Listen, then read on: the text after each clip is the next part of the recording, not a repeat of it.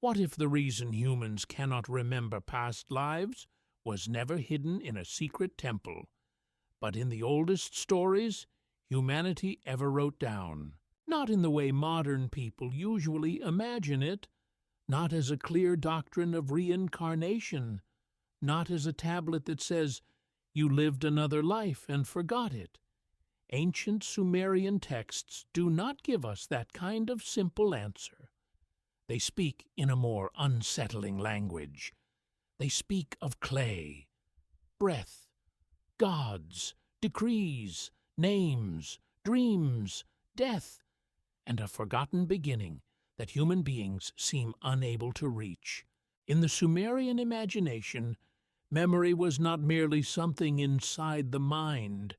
It was something carved, spoken, preserved, repeated, sung, offered, and feared.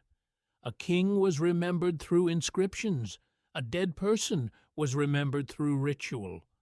A city remembered itself through temples. The gods remembered through divine decrees. But ordinary human beings seemed trapped inside a smaller kind of knowing.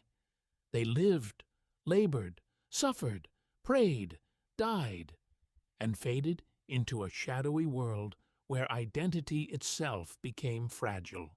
So the mystery is not whether the Sumerians taught past lives exactly as later traditions did. The deeper question is more haunting. Why did the earliest writers in history describe human beings as creatures cut off from full knowledge of their own origin? Imagine the scene. A scribe sits in a temple city thousands of years ago, pressing a reed stylus into wet clay. Around him, the city breathes with ritual life. Priests move through courtyards. Offerings are carried into sacred rooms. The sun burns over mud-brick walls. The Euphrates glitters beyond fields of barley. In that world, every act has meaning because the universe is not empty. It is crowded with powers. Gods watch, spirits linger, dreams warn, names matter. Words can preserve something that the body cannot hold. And yet, for all this sacred knowledge, human beings remain strangely incomplete. The ancient texts often describe a universe where gods possess the larger pattern, while humans receive only fragments. The gods know the decrees. The gods possess the plans. The gods determine kingship, fertility, storms, cities, and destiny. Humans live inside a world already arranged by forces they cannot fully understand. What if forgetting was not an accident in this worldview? What if it was part of being human? This is where the mystery begins to deepen. Modern readers often approach ancient Sumer looking for proof of a specific belief. They ask, did the Sumerians believe in reincarnation? Did they think the soul returns? Did they record memories of previous lives? The careful answer is that surviving Sumerian and Akkadian texts do not present reincarnation as a central or clearly stated doctrine. Their afterlife is usually darker, dustier, and more final. The dead descend to an underworld. They become shades. They depend on offerings from the living. Their names must be spoken so they do not vanish into neglect. But sometimes, the absence of an answer creates a more powerful question. If the Sumerians did not clearly teach remembered past lives, why did they become so obsessed with preserving memory outside the body? Why did kings carve their names into stone? Why did scribes copy myths across generations? Why did families feed the dead through ritual offerings? Why did the loss of a name feel like a second death? Perhaps because they understood something that modern people also fear.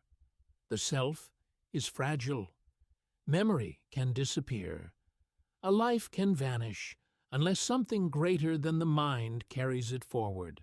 In the modern world, people usually think of memory as personal. It belongs to the brain. It forms identity. It tells us who we are. But in ancient Mesopotamia, identity was not only personal, it was relational, cosmic, and ritual. A person was tied to family, city, gods, land, name, and duty. To be forgotten was not simply sad, it was dangerous. It meant being cut loose from the web that made existence meaningful. Could this be one reason the idea of forgotten lives feels so strangely compatible with these old texts? Even when it is not directly stated, the Sumerians were not asking the modern question, "Who was I in a previous life?" They were asking something older and more terrifying. What remains of me when memory fails? That question echoes through their myths.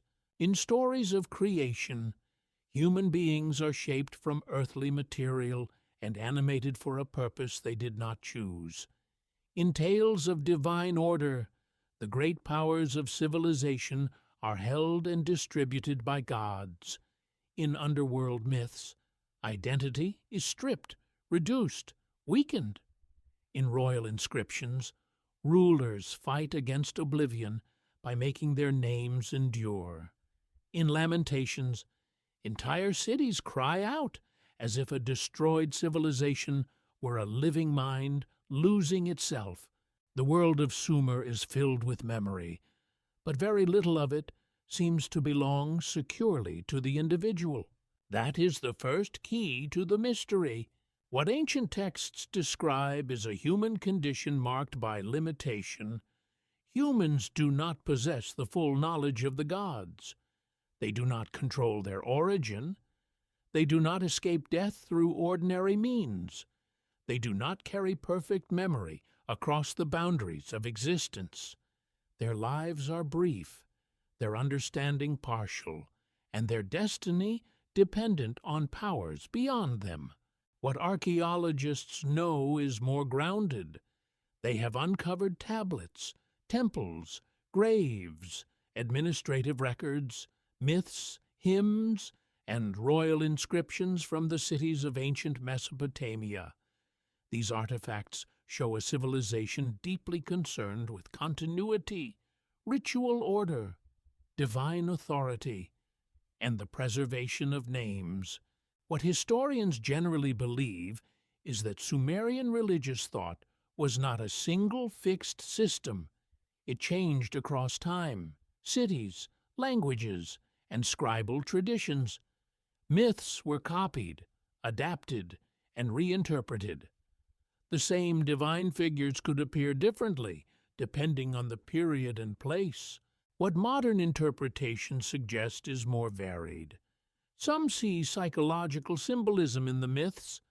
Some compare Sumerian themes with later religious ideas about the soul, rebirth, judgment, and cosmic forgetting. Others warn that modern readers must be careful not to force later beliefs onto earlier texts. And yet the strange pull remains. Why do these tablets, written in a world so distant from ours, still feel as if they are circling the same mystery? Why do myths about clay bodies, divine breath, lost names, and shadowy afterlife realms still awaken the feeling that something has been forgotten? Perhaps because the question of past lives is not only about reincarnation, it is about the ache of origin, the feeling that human life begins in the middle of a story, the suspicion that consciousness opens its eyes too late, already placed into a body, a family, a language, a world, and a fate it never remembers choosing. Ancient Sumerian texts do not hand us the answer. They give us something more powerful. They give us the oldest written mirror of human bewilderment. A creature made from clay looks up at the heavens and asks why it does not know where it came from. A name is carved into a tablet because the body will not last. A soul descends into darkness while the living whisper offerings into the silence. A city falls, and its lament sounds like memory itself breaking apart. Could the forgotten past life, in the oldest Mesopotamian sense, be something larger than one person's previous existence? Could it be the lost memory of humanity itself, the vanished knowledge of why we are here, who shaped the world we entered, and why consciousness wakes with no memory of its beginning? And if human beings were created inside a universe where the gods remember more than mortals ever can, who decided how much we were allowed to forget? What if the first true memory of humanity was not stored in a human mind at all, long before books, before paper, before ink, before libraries with shelves and doors? The people of ancient Mesopotamia pressed signs into wet clay. These marks were not meant to be beautiful in the way later writing can be beautiful. They were practical, sharp, repeated, almost mechanical. Wedges made by reeds, lines made by pressure, small impressions that could record grain, sheep, labor, offerings, taxes, royal commands, temple goods, prayers, myths, and the names of the dead. But beneath this practical world lies a strange and powerful idea. Clay remembered what humans could not. A merchant might forget a debt. A ruler might exaggerate a victory. A family might lose the name of an ancestor. A priest might misremember the exact words of a hymn. But a tablet, once dried or fired, could carry a message beyond the limits of one lifetime. It could outlive the hand that shaped it. It could survive fire, burial, invasion, and collapse. In a world where the human body returned to dust, clay became a second kind of body for memory. That is why the image is so haunting. The same material associated with human creation in Mesopotamian myth was also the material used to preserve human thought. Clay formed bodies in sacred imagination, and clay held words in historical reality. The earth received the sign, and the sign resisted forgetting.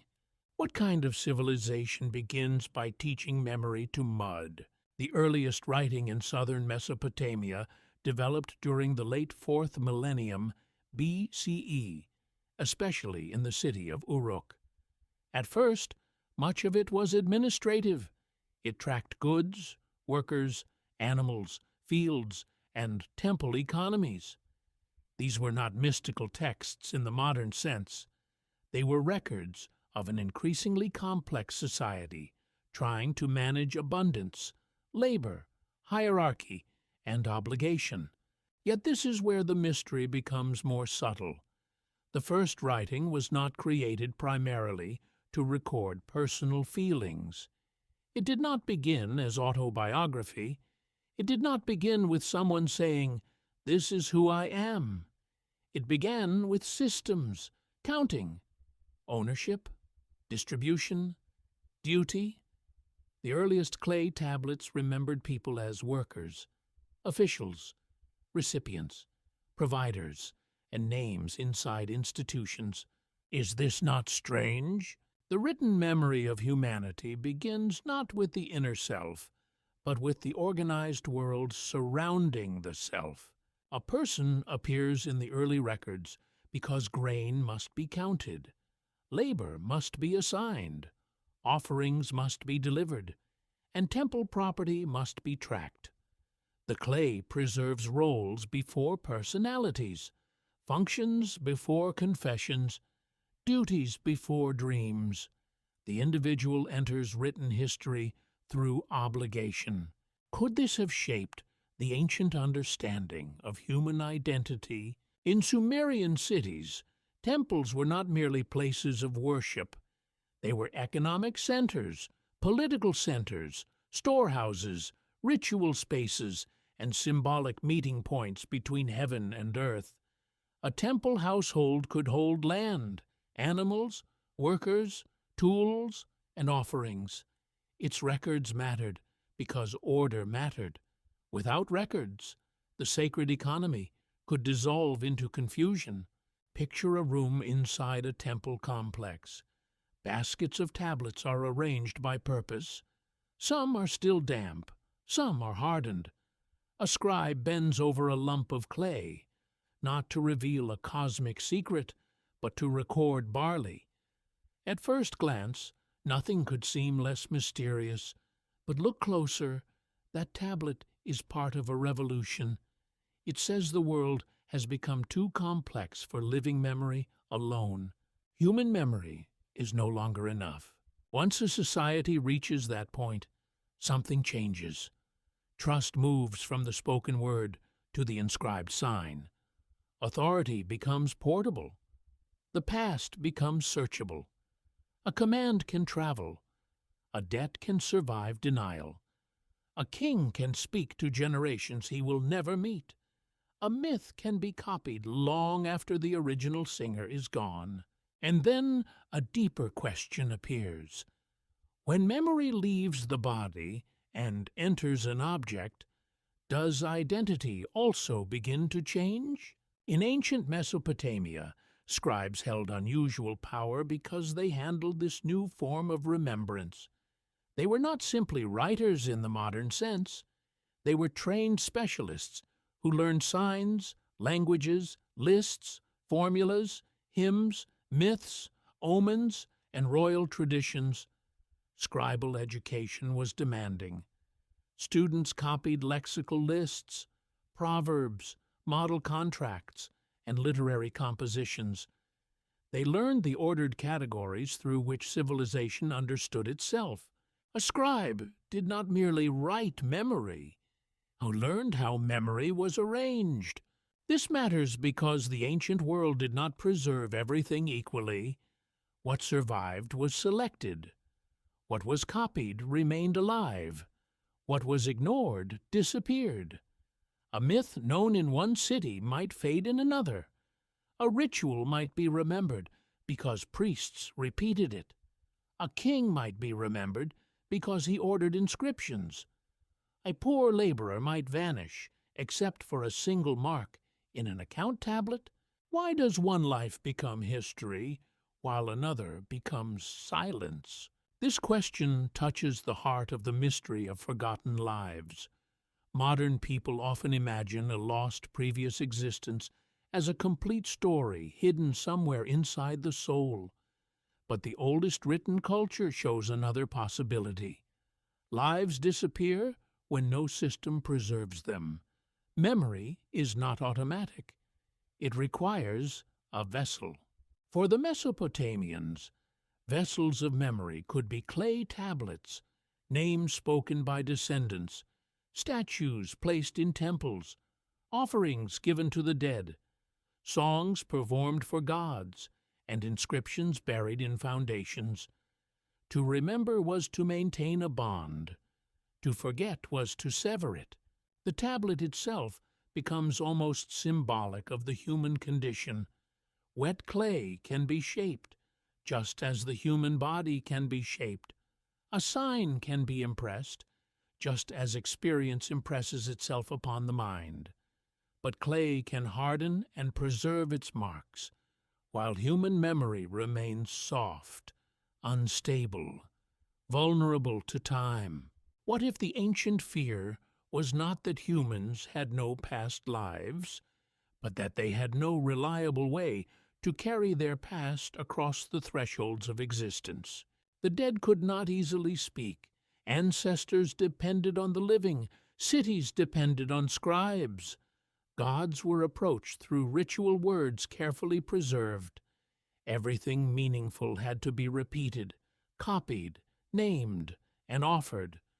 Without preservation, even sacred things could vanish from human reach, and perhaps this is why the oldest tablets feel so eerie. They are not only records, they are survivors. They emerged from ruins after the people who made them had turned to dust. They remember rations, hymns, kings, lamentations, myths, and prayers. They remember voices whose bodies are gone. They remember civilizations that forgot themselves. But they do not remember everything. For every tablet found, countless others are broken, lost, unreadable, or still buried beneath ancient mounds. For every myth recovered, another may have vanished forever. For every name preserved, thousands dissolved into silence. So when modern people ask why humans cannot remember past lives, ancient Mesopotamia offers a different and unsettling answer. Perhaps memory has always needed a container. Perhaps the mind was never meant to hold everything. Perhaps the deepest past must be stored outside us, in signs, stories, rituals, and ruins. And if clay could remember what flesh could not, what memories still lie sealed beneath the earth, waiting for someone to read them? What kind of civilization claims its kings ruled for tens of thousands of years before the world was destroyed? Among the most mysterious surviving compositions from ancient Mesopotamia is a text often called the Sumerian King List. At first glance, it looks like a record of rulers, a sequence of cities, a chain of dynasties, a political memory stretched across ages. But then the numbers begin to disturb the mind. Before the flood, the list says kingship descended from heaven. It was established in cities with names that sound like echoes from the edge of history: Eridu, Bad Tibira, Larak, Sipar, Shurupak. Then come kings whose reigns are not measured in decades, but in impossible spans, thousands of years, tens of thousands of years, lengths of time so vast they do not fit ordinary human life. What are we supposed to do with such a text? What ancient texts describe is not modern history in the way a historian would write it today. The King List presents kingship as a divine institution. It does not begin with human election, social contract, or military success. It begins with descent from heaven. Authority comes down into the human world, as though civilization itself were not invented by humans, but entrusted to them. This detail is easy to pass over, but it is one of the most important ideas in the whole Mesopotamian imagination. Kingship is not simply power, it is a sacred office. It belongs to the cosmic structure. A king rules because the order of heaven has touched the earth. But why would a people preserve a memory of rulers before a great flood? And why would that memory be so strange? Imagine hearing this list recited in an ancient scribal setting. City follows city, name follows name, reign follows reign. The world feels ordered, almost mathematical. Then the flood arrives like a blade cutting through time. Everything before it belongs to a different kind of existence. Everything after it belongs to the world humans know. The flood does not merely interrupt history. It divides memory. There is a time before catastrophe and a time after catastrophe. A world remembered through impossible numbers, and a world reconstructed through more familiar dynasties. A sacred past that cannot be reached directly, only listed, copied, and transmitted. Could this be one of the earliest written forms of cultural amnesia? The King List suggests that humanity once possessed a continuity that was broken. It does not say that individual souls forgot previous lives. It says something larger and more collective. Civilization itself had a past so remote that it survived only in formal memory. Names remained. Cities remained. The idea of heavenly kingship remained. But the actual world behind those names had become unreachable. This is where archaeology and myth begin to stand close together without becoming the same thing. Archaeologists know that southern Mesopotamian contained some of the world's earliest cities: Eridu, Uruk, Ur, Kish, Nippur, and other sites reveal long histories of settlement, temple building, craft production, trade, administration, and political change. They also show that floods did occur in river valley environments. The Tigris and Euphrates could nourish life, but they could also destroy it. Layers of water-laid sediment found at some ancient sites have often been discussed in relation to flood traditions, though they do not prove a single universal flood exactly as myth describes. What historians generally believe is that the King List is a political and ideological document as much as a historical one. It was shaped to present kingship as a single institution moving from city to city. When one city's time ended, another received the sacred authority. This does not mean every detail is literal history. It means the text reveals how Mesopotamians imagined legitimacy, order, and time. But the impossible reigns still remain. Why give ancient kings such enormous lifespans? One interpretation is that the numbers are symbolic. They may express the sacred grandeur of an age before ordinary history. They may mark the pre-flood world as fundamentally different from the human present.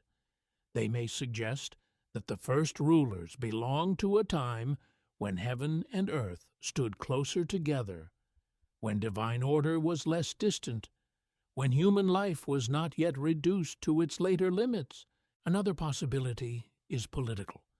By stretching kingship into a remote cosmic past, the text gives authority an aura of inevitability. Kingship did not begin yesterday. It did not begin with one ambitious man. It began before memory, before the flood, before the present world. To rule is to participate in an institution older than any living person can challenge. But there is also a psychological reading. Human beings often imagine forgotten origins as greater than the present. The lost age becomes longer, brighter, stranger, more powerful. Memory does this even in ordinary life. Childhood can feel immense because it lies beyond full recovery. A vanished civilization can become mythic because only fragments remain. A pre-flood world can expand into impossible time because no one living can verify it. Could the King List be preserving not only political memory, but the feeling of an inaccessible beginning? This is where the question of past lives takes on a wider meaning. The ancient text does not describe a person remembering a former body. Instead, it presents a civilization remembering a former world, a world with kings whose reigns exceed human scale, a world interrupted by destruction, a world whose surviving memory is structured, sacred, and incomplete. That pattern is deeply familiar. Human consciousness also wakes into an already existing order. We do not remember birth. We do not remember the earliest formation of our minds. We inherit names, languages, gods, laws, fears, and stories. We arrive after the beginning and spend our lives trying to reconstruct it. The King List may be doing something similar on the scale of civilization. It begins with a statement that feels like an answer and a riddle. At the same time, kingship descended from heaven. But what does that really mean? Was it theology? Political ideology? Mythic memory? A way of saying that order came from beyond human invention. The scribes who copied the list were not careless. They were preserving a world view. In that world view, human society was not random. Cities rose because sacred authority moved. Dynasties fell because their time ended. The flood came because the old world could not continue. History was not merely a chain of events. It was a sequence of transfers, losses, and recoveries, and buried inside that sequence is a troubling idea. If kingship could descend from heaven, it could also leave. If memory could preserve names, it could also conceal meanings. If civilization had a before and an after, then the present world might be living in the shadow of something it no longer understands. The pre-flood kings stand like figures seen through storm water. We know their names because scribes wrote them down. We know their cities because the list names them. But the reality behind them is blurred. The text remembers, but not enough to satisfy us. Perhaps that is why it still fascinates. It gives us a memory that feels too large for history and too structured to dismiss as simple fantasy. It places human authority inside cosmic time, then cuts that time with catastrophe. And if an entire civilization could remember only fragments of the world before the flood, what else may have been lost when the waters rose? Why would ancient people tell a story in which the gods decide that humanity must be wiped away? The Mesopotamian flood tradition is one of the most unsettling stories ever preserved from the ancient world. It does not begin as a simple tale of rain. It begins with a crisis in the relationship between humans and divine powers. The world has become too loud, too crowded, too disturbed, or too difficult for the gods to tolerate. Then a decision is made somewhere beyond human hearing. A catastrophe is prepared. Waters rise, cities disappear. The living world is broken open. Yet one man is warned. In different Mesopotamian versions, this figure appears under different names, including Ziusudra in Sumerian tradition and Atrahasis or Utnapishtim in Akkadian traditions. The details shift across texts and periods, but the pattern is unforgettable. A chosen human receives secret knowledge. He builds a great boat. He preserves life through the disaster. He survives the destruction that erases the world around him. At first, this sounds like a story about survival, but underneath it is something darker. It is also a story about selective memory. Most people in the flood story do not know what is coming. They live inside ordinary time until ordinary time ends. They do not receive the warning. They do not understand the hidden decision. They do not know that the world they inhabit has already been judged. The catastrophe does not arrive because humans collectively remember a divine command. It arrives because they do not know enough to prevent it. What kind of universe allows human beings to live under decisions they cannot hear? The ancient account places human life inside a frightening structure. The gods deliberate, the gods decree, the gods act. Human beings experience the result, but they rarely understand the full cause. This is not the modern idea of an open universe where every answer can be discovered by investigation. It is a universe layered with secrecy. The divine realm has information that humanity does not. That secrecy matters. The flood does not only destroy bodies, it destroys continuity. Fields vanish, houses collapse, temples are drowned, families disappear, names are lost, stories are cut short. A city can rebuild, but the people who carried its living memory are gone. What remains is a survivor, a vessel, and a tale that must be passed down so the rupture itself is not forgotten. Could catastrophe be one of the oldest explanations for why humans remember so little? Archaeology shows that southern Mesopotamia was shaped by river systems. The Tigris and Euphrates made agriculture possible, but they also created danger.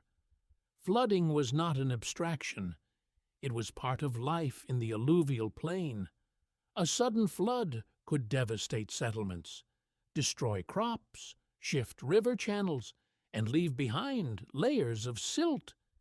People who lived there understood water as both blessing and threat. But the mythic flood is not merely local weather. In the stories, water becomes cosmic judgment. It is not just a river overflowing. It is the undoing of the human world. The flood myth takes a real environmental fear and magnifies it into a sacred drama about divine power, human vulnerability, and the fragility of civilization. That transformation is important.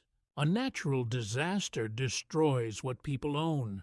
A mythic disaster explains why destruction feels meaningful. It asks why the world can suddenly turn against its inhabitants. It asks why life can be erased without warning. It asks whether suffering has a cause hidden above the human level. The flood story gives an answer, but the answer is not comforting. The gods know, humans do not. In some versions of the Mesopotamian flood tradition, the warning comes indirectly. A god cannot openly break the divine decision, so the message is given in a concealed or unusual way. This detail is deeply mysterious. Knowledge must pass through a boundary. It must be spoken carefully. The survivor does not save life because he is powerful. He survives because he receives a fragment of hidden knowledge at the right moment. What if memory itself works like that in these ancient stories? Not as full possession, but as a fragment, a warning, a dream, a message through a wall, a half-understood command, a pattern preserved in ritual after the original world is gone. The survivor becomes more than a man. He becomes the container of a broken age. Everyone else carries ordinary memory. The memory of daily life, meals, labor, family, noise, worry, desire. He carries catastrophic memory, the knowledge that the world can end because of decisions made beyond human sight.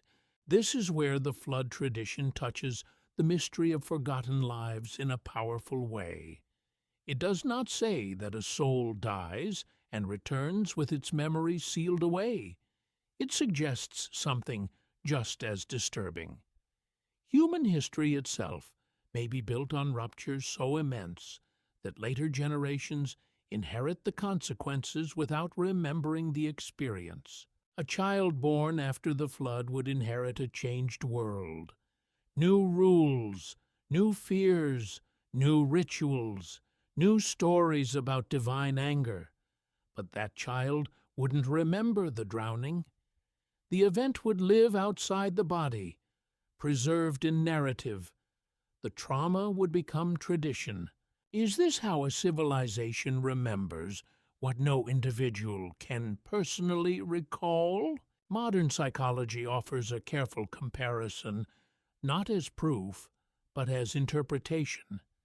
Human communities can carry the effects of disaster long after the eyewitnesses are gone. Stories, taboos, ceremonies, place names, and inherited fears can preserve the shape of an event even when the original experience is inaccessible. A flood myth may function as cultural memory, transforming ancient environmental catastrophe and social anxiety into sacred story. But the Mesopotamian version does something even stranger. It preserves not only the disaster, but the idea that humanity was never told the full reason in a way everyone could understand. The story leaves a wound in knowledge. Why exactly were humans marked for destruction? Why was one man warned? Why were the gods divided? Why does survival depend on secrecy? The flood becomes a symbol of erased memory because it separates the human world from its own beginning. Whatever came before is no longer continuous with what comes after. The old age becomes legendary. The survivor becomes a bridge. The gods remain dangerous. The living inherit a story that explains their existence but does not completely satisfy their questions. Look at the emotional structure of the myth. First, there is noise, then divine irritation, then secret counsel, then warning, then construction, then storm, then silence, then release, then sacrifice, then a new order. It feels almost like consciousness itself passing through terror. A world filled with sound is drowned into silence. Then memory reappears through one voice. But why only one? Why does the sacred story allow one person to remember what the rest of humanity loses? Perhaps because memory, in the ancient Mesopotamian imagination, was never evenly distributed. Kings remembered through monuments, scribes remembered through tablets, priests remembered through rituals, ancestors remembered through descendants, survivors remembered through trauma. Ordinary lives could vanish. Extraordinary events required special carriers. The flood hero is one of those carriers. He holds the memory of a world that cannot speak for itself anymore. His survival turns destruction into tradition. Without him, the flood would be only death. With him, it becomes a warning, and yet even the warning is incomplete. The story does not restore the lost world. It does not bring back the drowned voices. It does not give later humanity a clear memory of the age that vanished beneath the waters. It preserves only the outline of loss, the terror of divine decision, and the unsettling thought that human beings may live inside consequences they do not remember earning. The floodwaters recede, but they do not return what they took.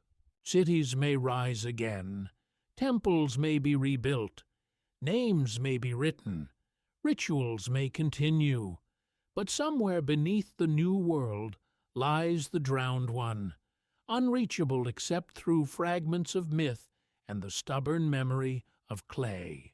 And if the first great catastrophe did not simply kill the past, but buried the reason humanity lost access to it, what else was washed out of human memory when the waters covered the earth? Why would the gods create human beings, then immediately bind them to work? One of the strangest ideas in Mesopotamian creation traditions is that humanity does not appear as the crown of creation in the way many later religious traditions imagine. Humans are not always presented as the central purpose of the cosmos. They are not introduced as all-knowing beings placed gently into a perfect world. In several Mesopotamian accounts, humans are made because there is a problem among the gods. The gods need labor. In the Akkadian Atrahasis tradition, the lesser gods grow weary from exhausting work. They dig canals. They maintain the world. They carry burdens. Their labor becomes unbearable, and conflict rises in the divine realm. The solution is astonishing. A new being will be created to take over the work. Humanity enters the story as a replacement workforce, shaped so that the gods may rest. This is not a comforting origin. It suggests that human life begins inside a divine economy of burden. The world already has structure. The gods already have hierarchy. Labor already exists. Humans are not created into emptiness. They are inserted into a system with duties already waiting for them. Could this be why human beings cannot remember a time before obligation. The ancient account describes creation not as a sentimental miracle, but as a transfer of service. Humans are made to maintain the divine order through agriculture, offerings, temple care, and social labor. They produce food, they build, they worship, they sustain the ritual relationship between heaven and earth. Their lives are meaningful, but the meaning is not chosen freely in the modern sense. It is assigned from above. The detail changes everything. If humans were made to serve, then memory becomes dangerous. A creature that remembers too much might ask too many questions. Why were we made? Who decided our role? What existed before this arrangement? Did we agree to it? Was there another condition before labor, mortality, and dependence? The texts do not say that the gods erased human memories of previous lives. That would be too direct, too modern, too neat. But they do describe a world where humans awaken into duty without access to the full divine discussion that produced them. Human beings know the work. They do not know the entire counsel. Imagine a farmer in southern Mesopotamia standing at dawn beside an irrigation canal. The air is cool. Mud clings to his feet. Water must be guided through the fields before the sun becomes cruel.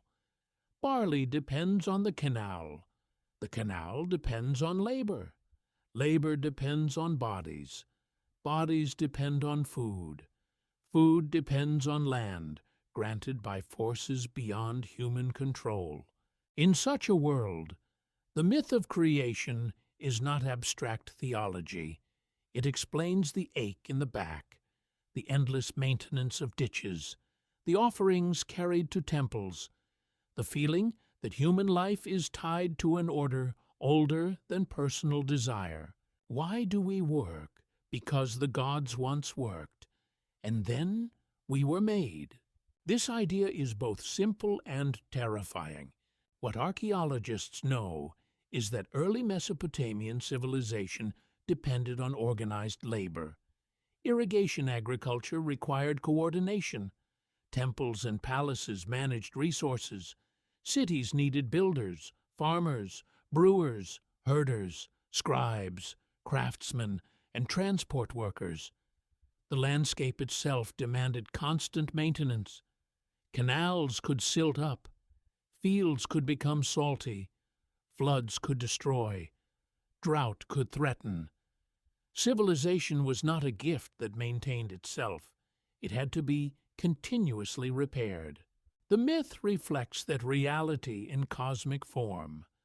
Divine labor becomes human labor. Canal digging becomes part of the structure of existence. Work is not merely economic, it is theological. But there is a hidden sadness in this. If human beings are made to relieve the gods of toil, then the human body is created as an instrument of endurance. Hands, backs, breath, hunger, reproduction, sleep, and death all become part of a system that keeps the world going.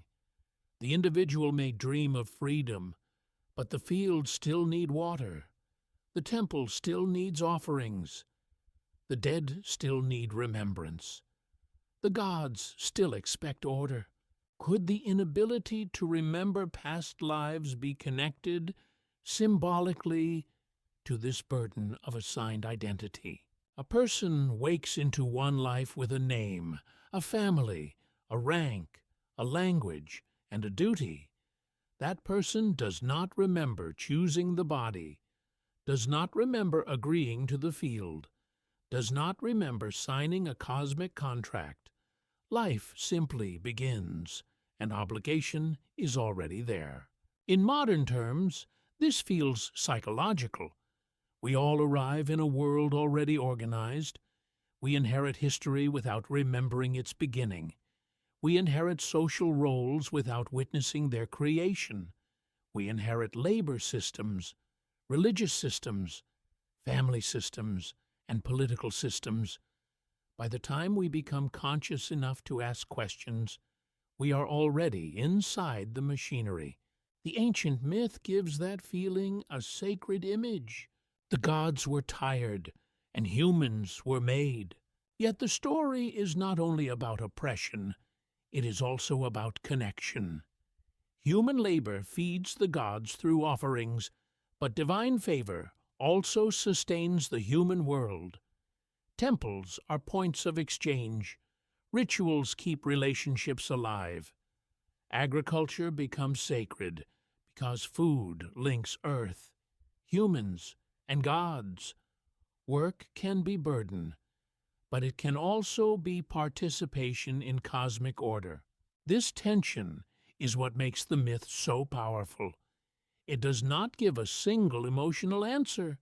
It says human existence is meaningful and heavy at the same time, sacred and exhausting, created and constrained, necessary and limited. What historians generally believe is that such myths helped ancient societies explain why humans must work, why temples matter, why offerings are necessary, and why divine hierarchy stands above human life. These stories do not function like scientific explanations. They organize existence into a meaningful pattern. But modern interpretations ask another question. What does it mean for human consciousness to emerge inside a role? If memory gives identity, then the absence of memory creates dependence. A being without memory of its origin must trust stories, institutions, rituals, and authorities to explain why it exists. In Mesopotamia, those authorities were sacred. The temple knew, the scribe preserved, the myth explained, the king ruled, the gods decreed.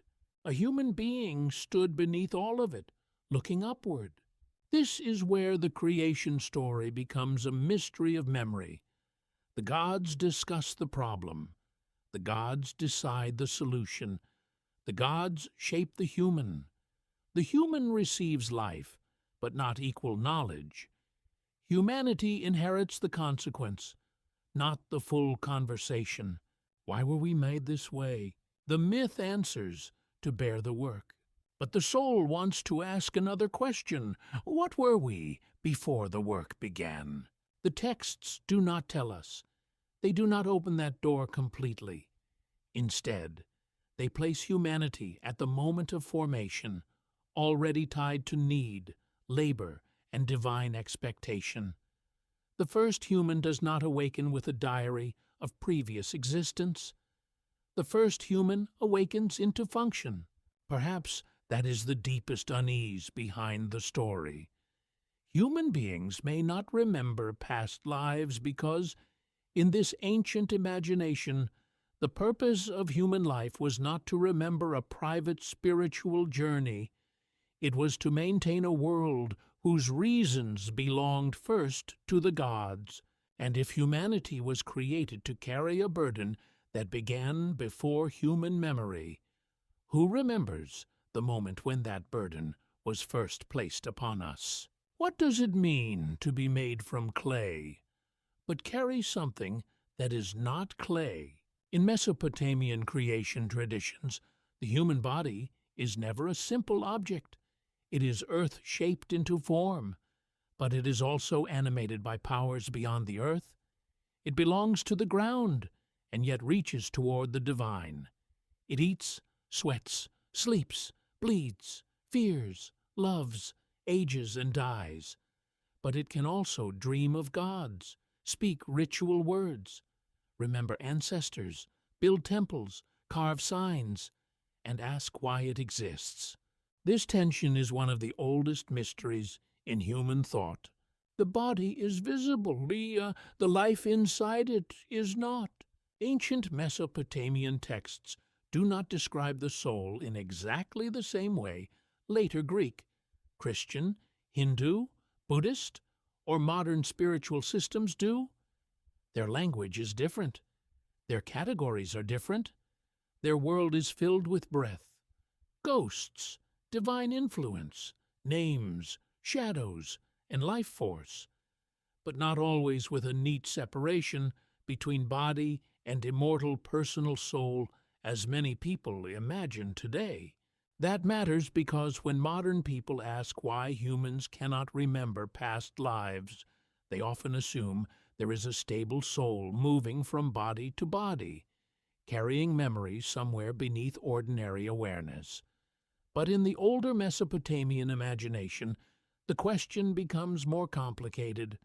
What part of a human could even carry memory beyond death? The body returns to earth. The ghost descends. The name survives only if spoken. The record survives only if written. The living self seems divided among many fragile vessels. Clay is one of those vessels. In several Mesopotamian traditions, humans are formed from clay mixed with something divine, powerful, or life-giving. In the Atrahasis account, the creation of humanity involves clay and the blood or essence of a slain god. In related traditions, divine intelligence, breath, or life force gives shape more than mere mud could possess. The result is not a god and not an animal. It is something in between, a being with earthly weakness and a trace of higher origin. But what kind of memory would such a being have? Clay remembers impressions. That is the eerie beauty of it. Press a reed into wet clay, and the sign remains. Press enough signs, and a tablet can carry a voice across thousands of years. But human flesh doesn't preserve experience the same way.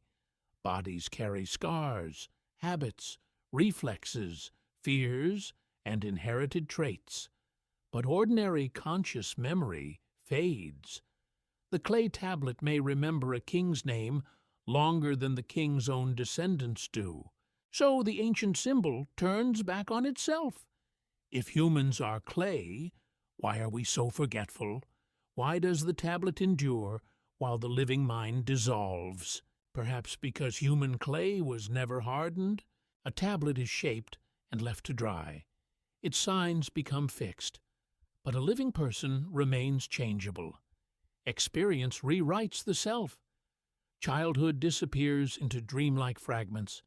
Pain distorts memory. Desire edits memory. Age thins memory.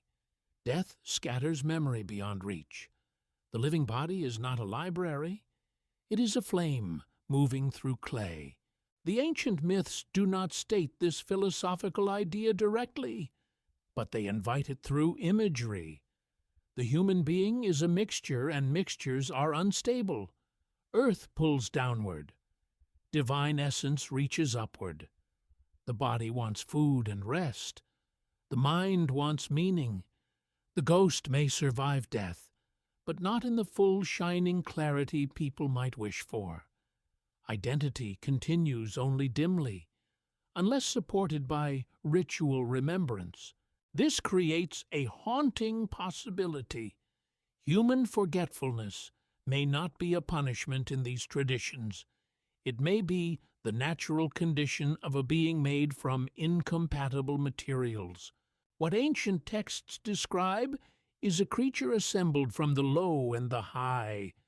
Humans are formed from the substance of the earth, but animated through divine involvement. They are close enough to the gods to serve them, hear them, fear them, and receive signs from them. Yet they remain mortal, limited, dependent, and unable to see the full structure of existence. What historians generally believe is that these creation motifs reflect both religious imagination and social reality. Clay was everywhere in southern Mesopotamia. It formed bricks, tablets, seals, bowls, figurines, and walls. To say humanity came from clay was not random poetry. It used the material of daily civilization to explain the material of life itself. The mud brick city and the human body shared a destiny. Both were shaped from earth. Both required water. Both could stand for a time.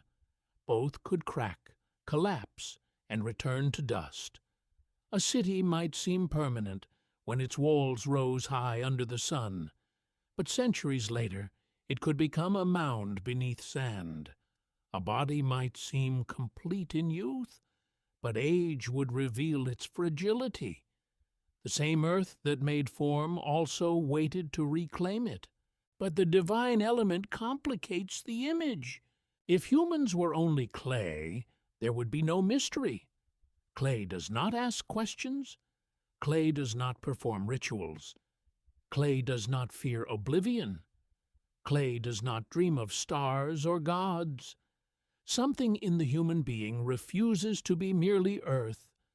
That refusal is where religion begins. Modern interpretation can approach this symbol psychologically. Clay represents the body, mortality, and limitation. Divine blood or breath represents consciousness, vitality, and the strange excess within human beings, the part that wants more than survival. The myth becomes a way of saying that humans are split creatures. We are made from matter, but haunted by meaning. And what is memory, if not one of the places where matter and meaning meet? A memory is not solid like a brick. It cannot be held in the hand, yet it shapes identity more powerfully than stone. A person who loses memory may still breathe, eat, and move, but something essential seems altered. The body remains, while the story of the self fades. Ancient Mesopotamians may not have described this in modern neurological language, but their rituals show that they understood the danger of being forgotten. A dead person without offerings could become restless. A name without descendants could fade. A king without inscriptions could vanish from history. A city without scribes could become mute. Everywhere in Mesopotamian culture, existence depends on being held in memory by someone or something. This makes the human body a troubling container. It carries life for a while, but it cannot guarantee permanence. It can remember its own childhood only partially. It cannot remember its birth. It cannot remember the divine moment that shaped it. It cannot remember what may have existed before it entered the world. So the body must borrow other vessels. It borrows the name. It borrows the tablet. It borrows the grave offering. It borrows the temple hymn. It borrows the descendant's voice. It borrows the city's archive. A human life becomes durable only when distributed beyond itself. Could this be why the idea of forgotten past lives feels so powerful beside these ancient myths?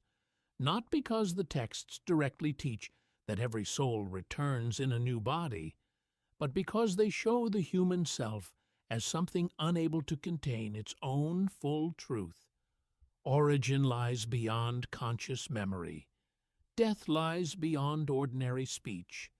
Identity depends on fragile acts of preservation. The clay body is born without remembering the hands that shaped it. That image is devastating. A person can ask where life came from, but cannot recall the moment of receiving it. A person can serve the gods, but cannot remember the divine workshop. A person can fear death, but cannot see clearly what waits beneath the earth. A person can inherit stories, but not the original experience that produced them. The myth leaves us with a being made from memory-bearing material, yet condemned to forget. And perhaps this is why clay is the perfect ancient symbol for humanity. It can preserve marks for millennia when shaped into tablets, yet crumble when shaped into bodies. It can build cities that rise toward heaven, yet dissolve in flood and time. It can carry sacred words, yet become silent dust. If the human body is clay touched by something divine, then the deepest question is not only why we forget, it is whether the part of us that remembers was ever truly ours, or whether it belonged to the gods who placed it inside us. And if the divine spark entered clay at the beginning of human life, why does the clay remember nothing of the hand that gave it breath? What if the journey after death was not a path into light, but a descent through doors where the self was taken apart? One of the most haunting myths from ancient Sumer tells of Inanna, the powerful goddess of love, war, fertility, beauty, kingship, and terrifying divine force, choosing to descend into the underworld. This is not a small journey. It is not a casual visit.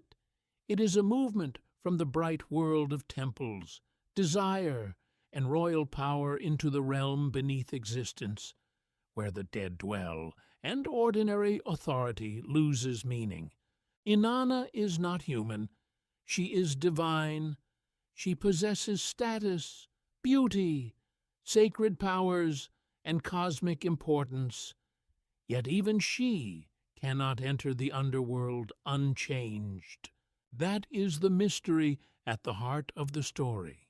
If a goddess must be stripped of identity to cross into the realm of death, what happens to a human soul? The Sumerian poem, often known as Inanna's Descent to the Netherworld, describes the goddess preparing carefully. She dresses in royal and sacred ornaments. She wears symbols of power. She carries the marks of her divine office. She does not descend empty. She descends as Inanna, radiant, armed with identity. Her crown, beads, breastplate, measuring rod, line, and garments are not decoration alone. In mythic language, they are signs of who she is. They show rank, authority, sexuality, divine command, and cosmic role. She approaches the underworld not as a fading ghost, but as a sovereign power. Then she reaches the gates. The underworld is ruled by Ereshkigal, Inanna's dark sister, queen of the great below. The entrance is controlled. The descent is regulated. At each gate, Inanna is stopped and forced to surrender one of her garments or ornaments. Piece by piece, her power is removed. Step by step, the signs that make her recognizable are taken away. Why must identity be stripped before entering death? This is not merely a dramatic scene. It is one of the oldest symbolic images of the self being reduced. The goddess enters with everything that declares who she is. The underworld removes it all. By the time she stands before Ereshkigal, she is naked, exposed, deprived of the external signs that protected her divine identity.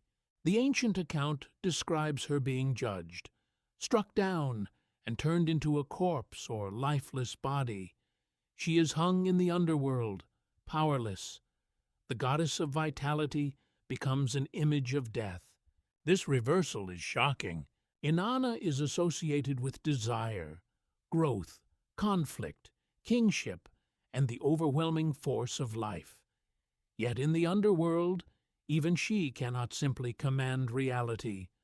Her powers do not function as they did above. The realm below has its own laws.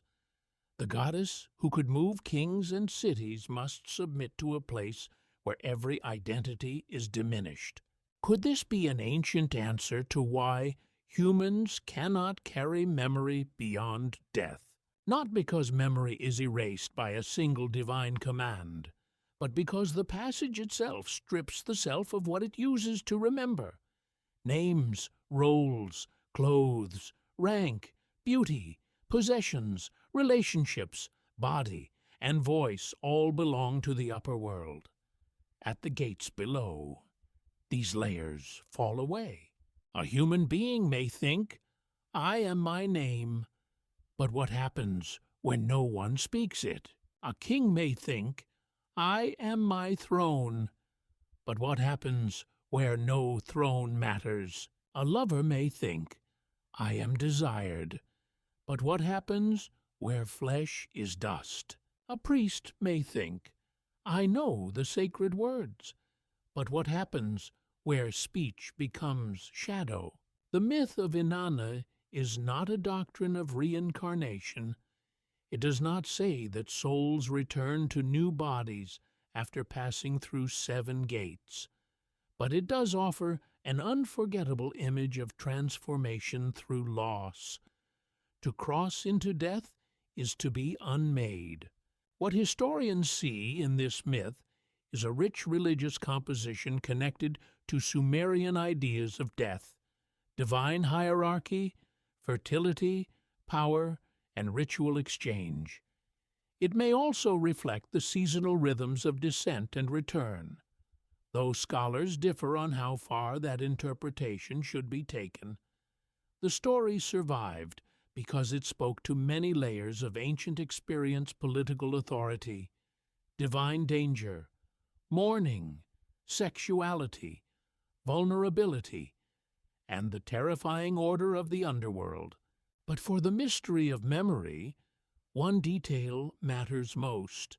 Inanna cannot return by simply deciding to return. She must be helped. Divine messengers are created. The rules of the underworld must be negotiated. A substitute must eventually be found. Return is possible, but not simple. Death doesn't release what it has taken without a price. This is very different from a comforting vision in which the soul remembers, learns, and peacefully moves onward with full awareness. The Mesopotamian underworld is legalistic, heavy, and binding. It has gates, it has officials, it has a queen, it has procedures.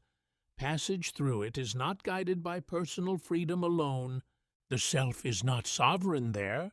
That idea may be difficult for modern listeners, because many modern spiritual traditions emphasize inner consciousness as something ultimately free. But ancient Mesopotamian myths often place consciousness inside structures greater than itself.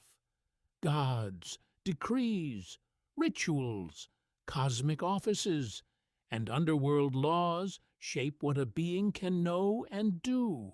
Inanna's descent shows that even divine identity is not absolute everywhere. This makes the 7 gates psychologically powerful. Each gate can be heard as a stage of loss: the loss of status, the loss of adornment, the loss of protection, the loss of role, the loss of sexuality, the loss of power, the loss of recognizable selfhood. Whether or not the ancient scribes intended a psychological map in the modern sense, the image works because it feels true. Human beings spend life collecting identities: child, parent, lover, enemy, citizen, servant, ruler, believer, outsider. Every name becomes a garment. Every memory becomes an ornament. Every social bond becomes a sign saying, "This is who I am." But death asks a cruel question: who are you without any of it? Perhaps this is why memory cannot easily pass through the gates. Memory is not only data, it is attached to a body, a place, a voice, a network of relationships. Remove the body, and memory changes. Remove the name, and memory weakens.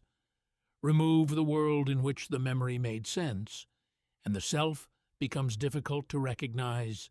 A memory of being a king means something only where kingship exists. A memory of being beautiful means something only where bodies are seen. A memory of being wronged means something only where justice can still be sought. In the underworld, these meanings may not survive intact. The myth does not explain this as philosophy. It stages it. A goddess walks through gates and loses the visible grammar of herself. The audience watches identity become fragile. Then comes the strangest part. Inanna returns, but return creates danger for another. The underworld demands a replacement. Life above is restored only because someone else is marked for descent. This suggests that the boundary between worlds is not crossed without exchange. No one simply takes memory, power, or life back from death without consequence. The story leaves the listener uneasy because it refuses an easy victory.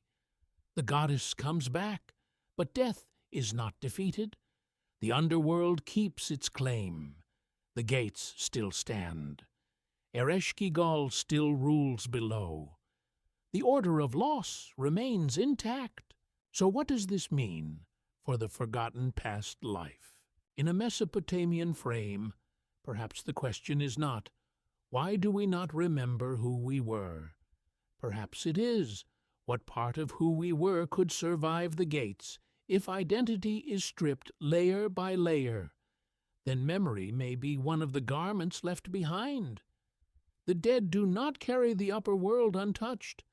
They pass into a realm where the structures of identity are altered. Inanna's journey suggests that crossing between worlds is not continuation in the ordinary sense. It is transformation through removal.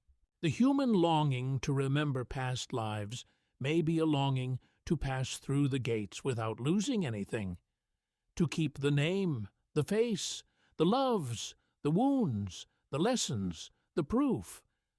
But the oldest Sumerian descent myth offers a harsher vision. The passage demands surrender. And if even Inanna had to lose her crown before standing in the kingdom of the dead, what hope does any human memory have when it reaches the first gate?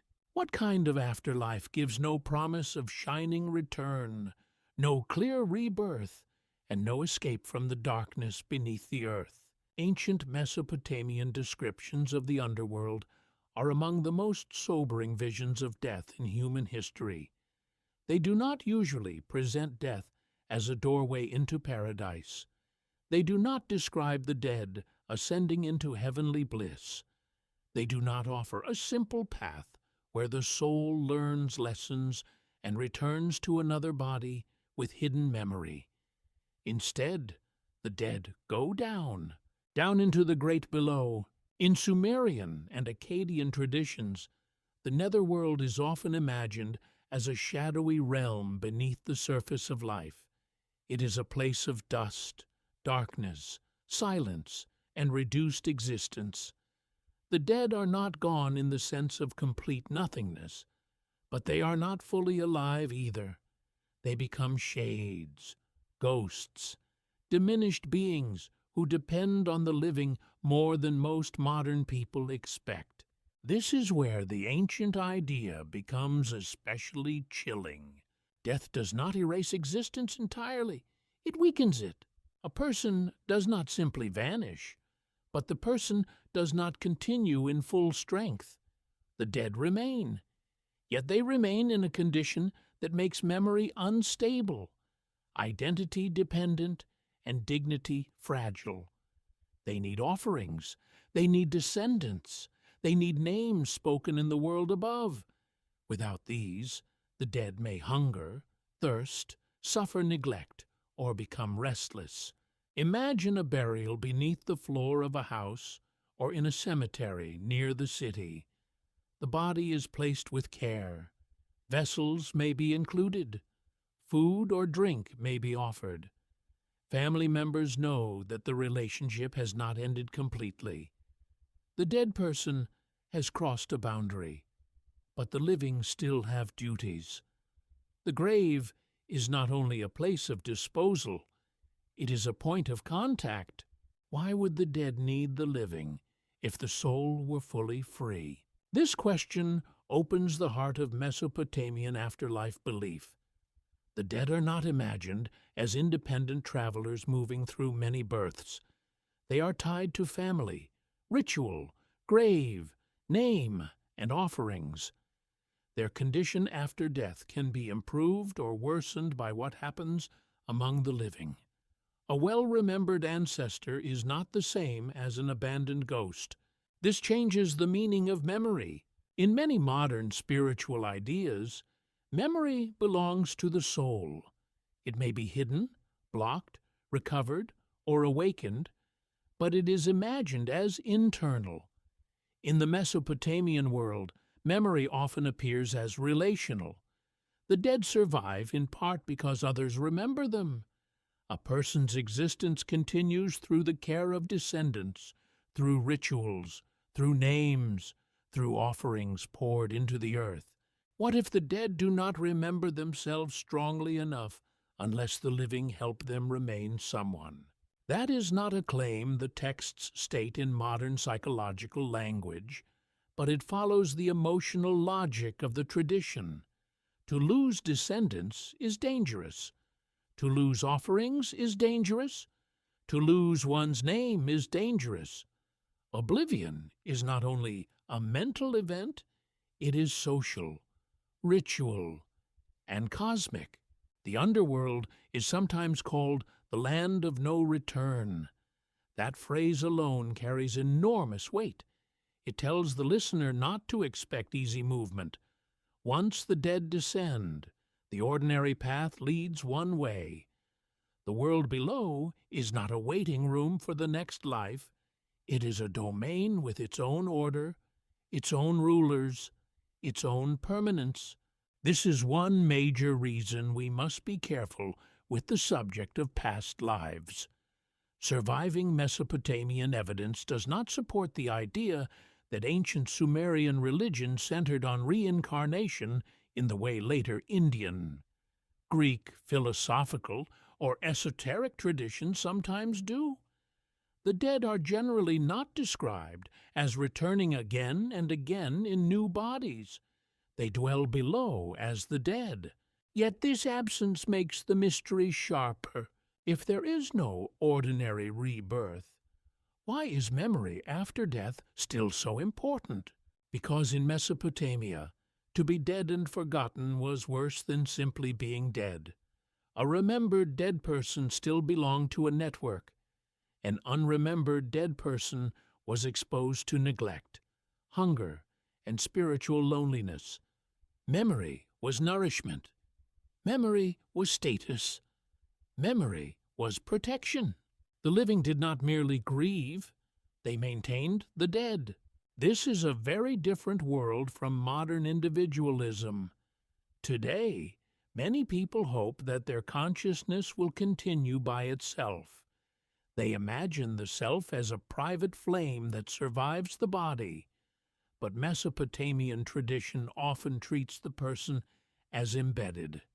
You are not only an isolated soul, you are part of a household, lineage, city, divine order, and ritual system.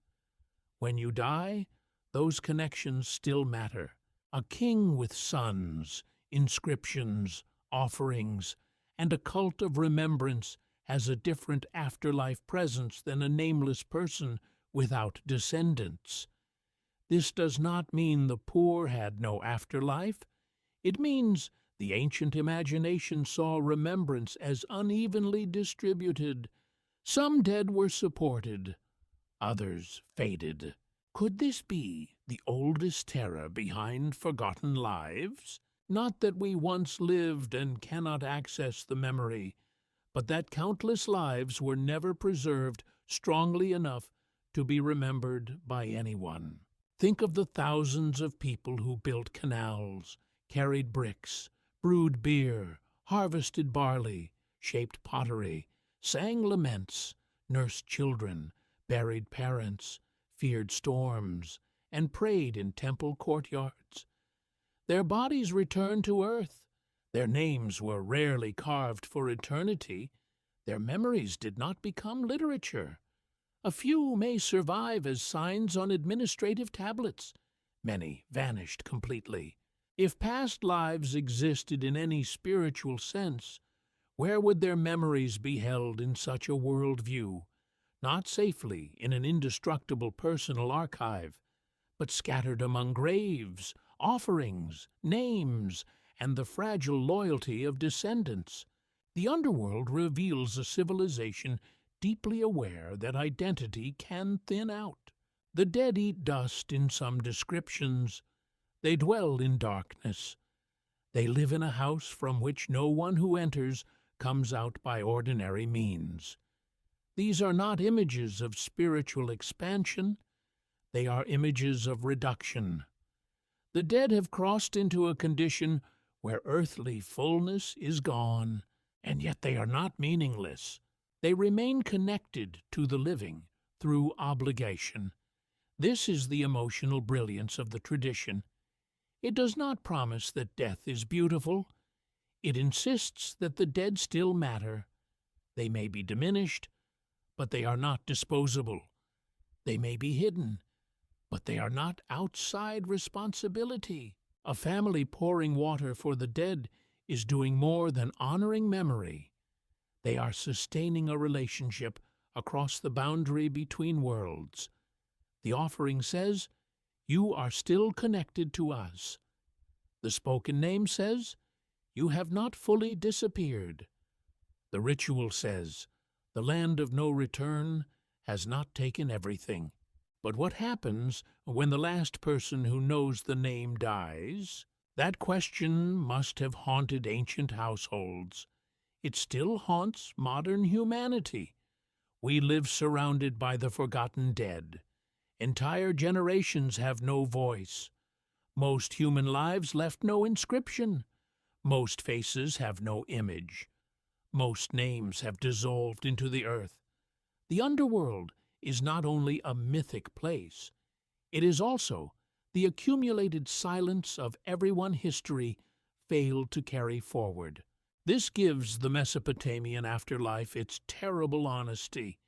It does not flatter humans with automatic immortality. It shows survival as dependent, partial, vulnerable. The self needs memory, and memory needs caretakers. So when people ask why humans cannot remember past lives, this ancient tradition suggests a severe answer. Perhaps because the dead do not return carrying bright personal memory. Perhaps because death thins identity rather than preserving it whole. Perhaps because what survives is not a complete self ready to begin again, but a shadow sustained by the living world it left. And yet there is something strangely compassionate here. If memory can feed the dead, then remembrance becomes sacred. Every name spoken is a small rebellion against erasure. Every offering is a bridge. Every tablet, grave. And lament becomes a protest against the land of no return. Still the darkness remains. The Mesopotamian underworld does not easily give back its inhabitants. It receives them. It weakens them. It keeps them in a realm where memory depends on those who still breathe beneath the sun. And if the dead themselves could not fully preserve who they had been, how could the living ever expect to remember lives buried deeper than death? What if the dead were not silent because they had nothing to say, but because most humans had forgotten how to hear them? Ancient Mesopotamia did not imagine death as a clean disappearance. The dead could be weak, hungry, shadowed, and trapped in the underworld. But they were not always unreachable. At certain moments, under certain conditions, the boundary between the living and the dead could tremble. A ghost could trouble a house. A dream could carry a warning. A ritual specialist could address the unseen. A dead person could become present enough to frighten, accuse, request, or reveal. This is where memory becomes dangerous. A forgotten dead person is not always peaceful. Neglect could turn the dead into a problem for the living. A ghost without proper burial, without offerings, without descendants, or without ritual attention might wander restlessly. The dead were not imagined as harmless abstractions. They could press upon the living world. They could appear in dreams. They could bring illness, unease, or haunting, their memory did not simply fade gently. Sometimes it returned as disturbance. Why would a forgotten life come back as fear? In Mesopotamian thought, the ghost, often discussed through Akkadian terms such as etemu, was part of the continuing presence of a person after death. This was not the same as the modern idea of a fully independent, immortal soul traveling freely through realms. The ghost belonged to a network of obligations. Burial mattered, offerings mattered, family mattered, ritual correctness mattered. A dead person who was properly cared for could remain in order. A dead person who was neglected might become unsettled. This means that memory was not only emotional, it was protective. To remember the dead was to keep the boundary stable. To forget them was to risk disorder. Picture a Mesopotamian household at night. Oil lamps flicker against plastered walls. Outside, dogs bark in narrow streets. Somewhere beneath or near the living space may lie the remains of ancestors. A family sleeps, but one member awakes from a troubling dream. In the dream, a dead relative appears thirsty or angry. Is it only imagination? Is it a message? Is it a symptom of guilt? Is it a ghost demanding what is owed? In that world, the answer could not be dismissed easily. Dreams, omens, rituals, and ghost stories formed part of a larger system through which hidden realities became legible. The unseen was not automatically unreal. It required interpretation. Priests, exorcists, diviners, and ritual experts operated in a world where suffering might have social, spiritual, or divine causes. A haunting was not merely entertainment. It could reveal a broken obligation. This is a crucial development in the mystery of forgotten lives. The dead can be forgotten by ordinary memory, but they may return through disruption. Their presence is no longer carried by peaceful remembrance. It erupts through fear, illness, dream, or ritual crisis. Could this be one of the oldest patterns behind humanity's fascination with past life memory? A person feels a fear they cannot explain. A place seems familiar though they have never visited it. A dream repeats with faces unknown to waking life. A grief appears with no clear object. Modern interpretations may call these past life traces ancestral memory, unconscious symbolism, trauma, imagination, or spiritual contact. Ancient Mesopotamians would not have used those categories in the same way, but they did recognize that the unseen past could disturb the living present. Their world allowed memory to return from outside the conscious mind. Ghosts in Mesopotamian texts were often connected with need. The dead might require food, water, burial, justice, or ritual pacification. This makes them different from romantic spirits carrying secret wisdom. They are often vulnerable, insistent, and tied to unresolved conditions. A ghost is not simply a messenger from beyond. It may be a sign that something has gone wrong between worlds, and that changes the emotional meaning of remembering. To remember is not only to look backward with nostalgia. To remember is to repair. It is to restore order. It is to answer a demand. Modern people often treat memory as private possession, but Mesopotamian ghost traditions suggest memory can be an obligation imposed by another being. The dead may force themselves into awareness because they have been denied proper place. A forgotten life does not politely disappear. It presses against the edges of the world that erased it. What historians know from texts and ritual materials is that Mesopotamian specialists developed elaborate methods for dealing with ghosts and afflictions attributed to the dead. These rituals might involve offerings, figurines, incantations, burial corrections, symbolic substitutions, or appeals to deities associated with the underworld and purification. The goal was not curiosity about the dead. The goal was restoration of balance. This is important. The ancient interest in ghosts was practical and relational. People did not summon the dead simply to satisfy metaphysical curiosity. They addressed the dead because the dead could affect the living. Contact with them was not neutral. It could be necessary, but also dangerous. That danger gives the unseen past its power. If forgotten lives can return as ghosts, then memory is no longer safely controlled by the living. It has agency. It can accuse. It can disturb sleep. It can demand water. It can reveal that the past is not truly past. Could a human being be haunted by what has not been remembered properly? This question reaches beyond literal ghosts. A city can be haunted by destruction. A family can be haunted by an unnamed ancestor. A culture can be haunted by a buried catastrophe. A person can be haunted by dreams that feel older than personal experience. Whether interpreted spiritually or psychologically, the pattern is ancient.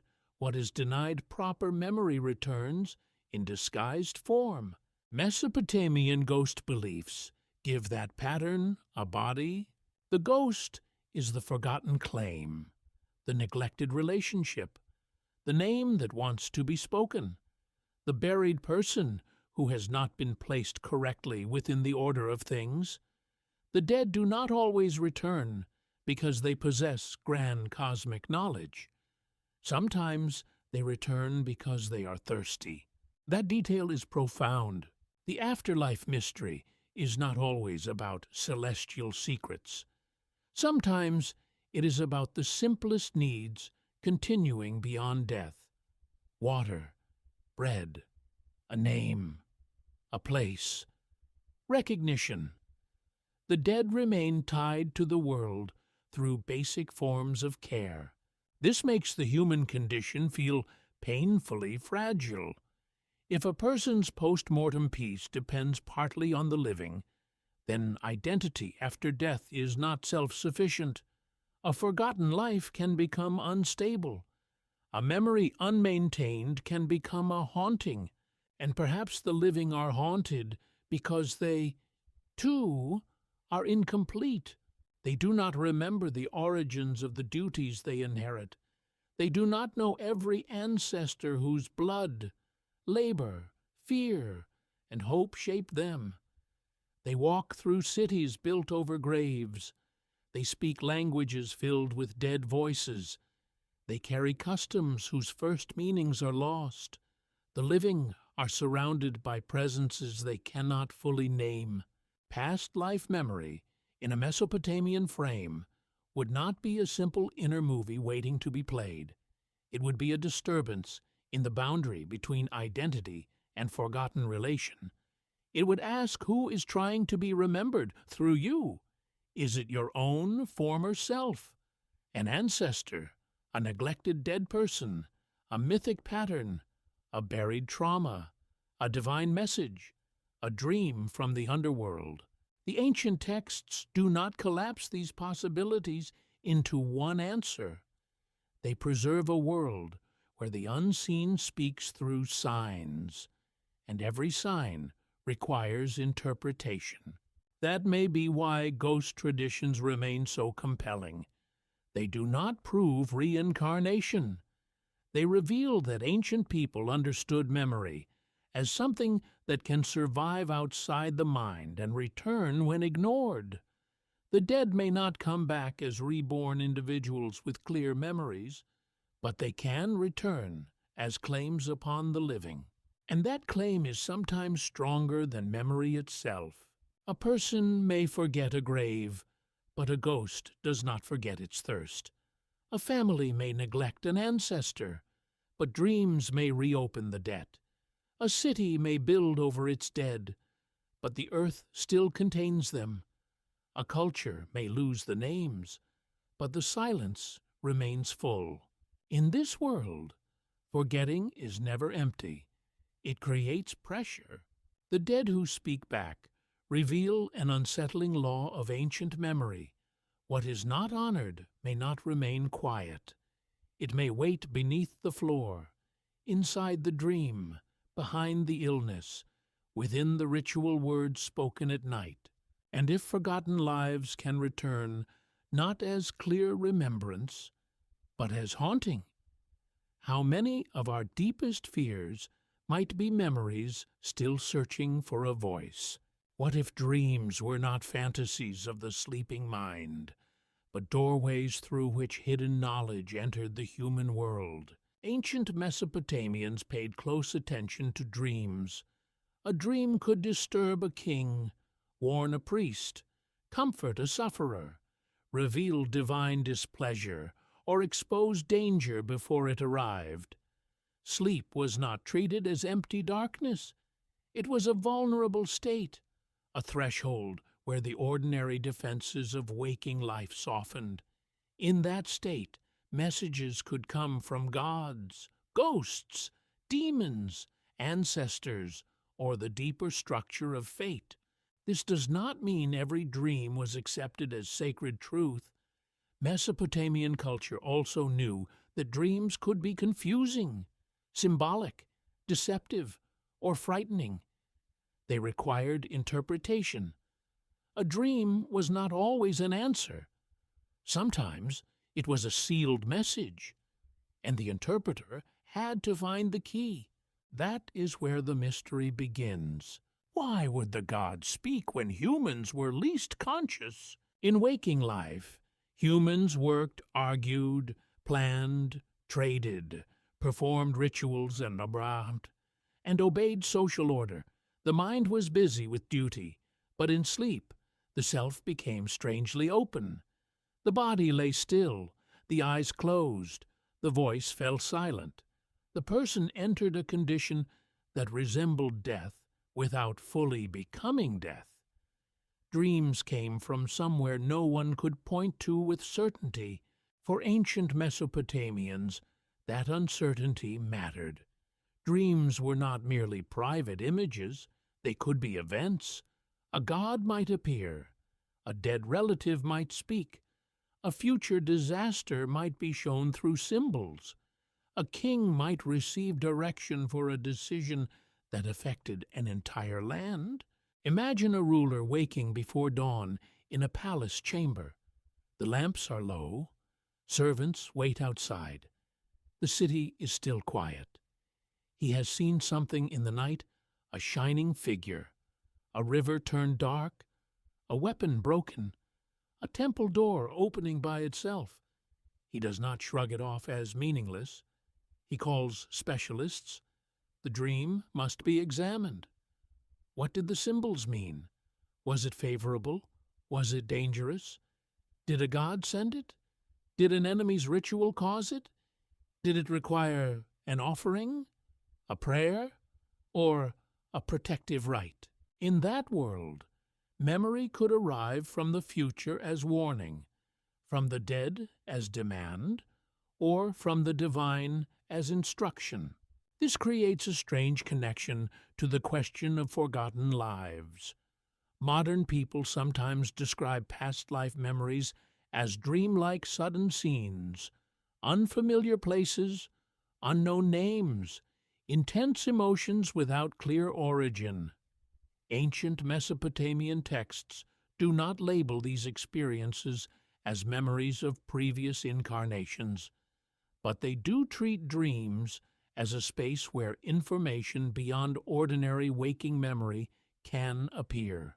A dream can make a person remember what they never consciously knew. That idea is powerful. What historians know is that Mesopotamian dream interpretation developed into a serious tradition. Dreams appear in myths, royal inscriptions, omen collections, and ritual texts. Some dreams were sought intentionally through incubation, where a person slept in a sacred setting hoping for divine guidance. Others arrived unexpectedly and required expert interpretation. The dream world was part of a larger system of signs, just like liver omens, celestial events, unusual births, and strange happenings in nature. The universe was readable, but not easily readable. A dream was like a tablet written in symbols instead of wedges. This image helps explain why dreams mattered so deeply. They seemed to preserve a form of knowledge that waking reason could not produce on command. A person could not force the gods to speak plainly, but sleep could become an opening. The hidden world might choose that moment to press a sign into the mind. Could the sleeping mind be a kind of wet clay? During waking life, identity feels solid. A person knows their name, place, task, family, and body. In sleep, those boundaries dissolve. The dreamer becomes other people, travels impossible distances, speaks with the dead, sees lost places, experiences fear without visible cause, and wakes carrying emotional traces from a world that disappears the instant the eyes open. This is one reason dreams can feel older than memory. A dream may vanish quickly, but its feeling can remain. Someone wakes with grief, wonder, dread, or longing, yet cannot explain why. The mind has touched something, but the hand closes around emptiness. The message fades, the image breaks, only the pressure remains.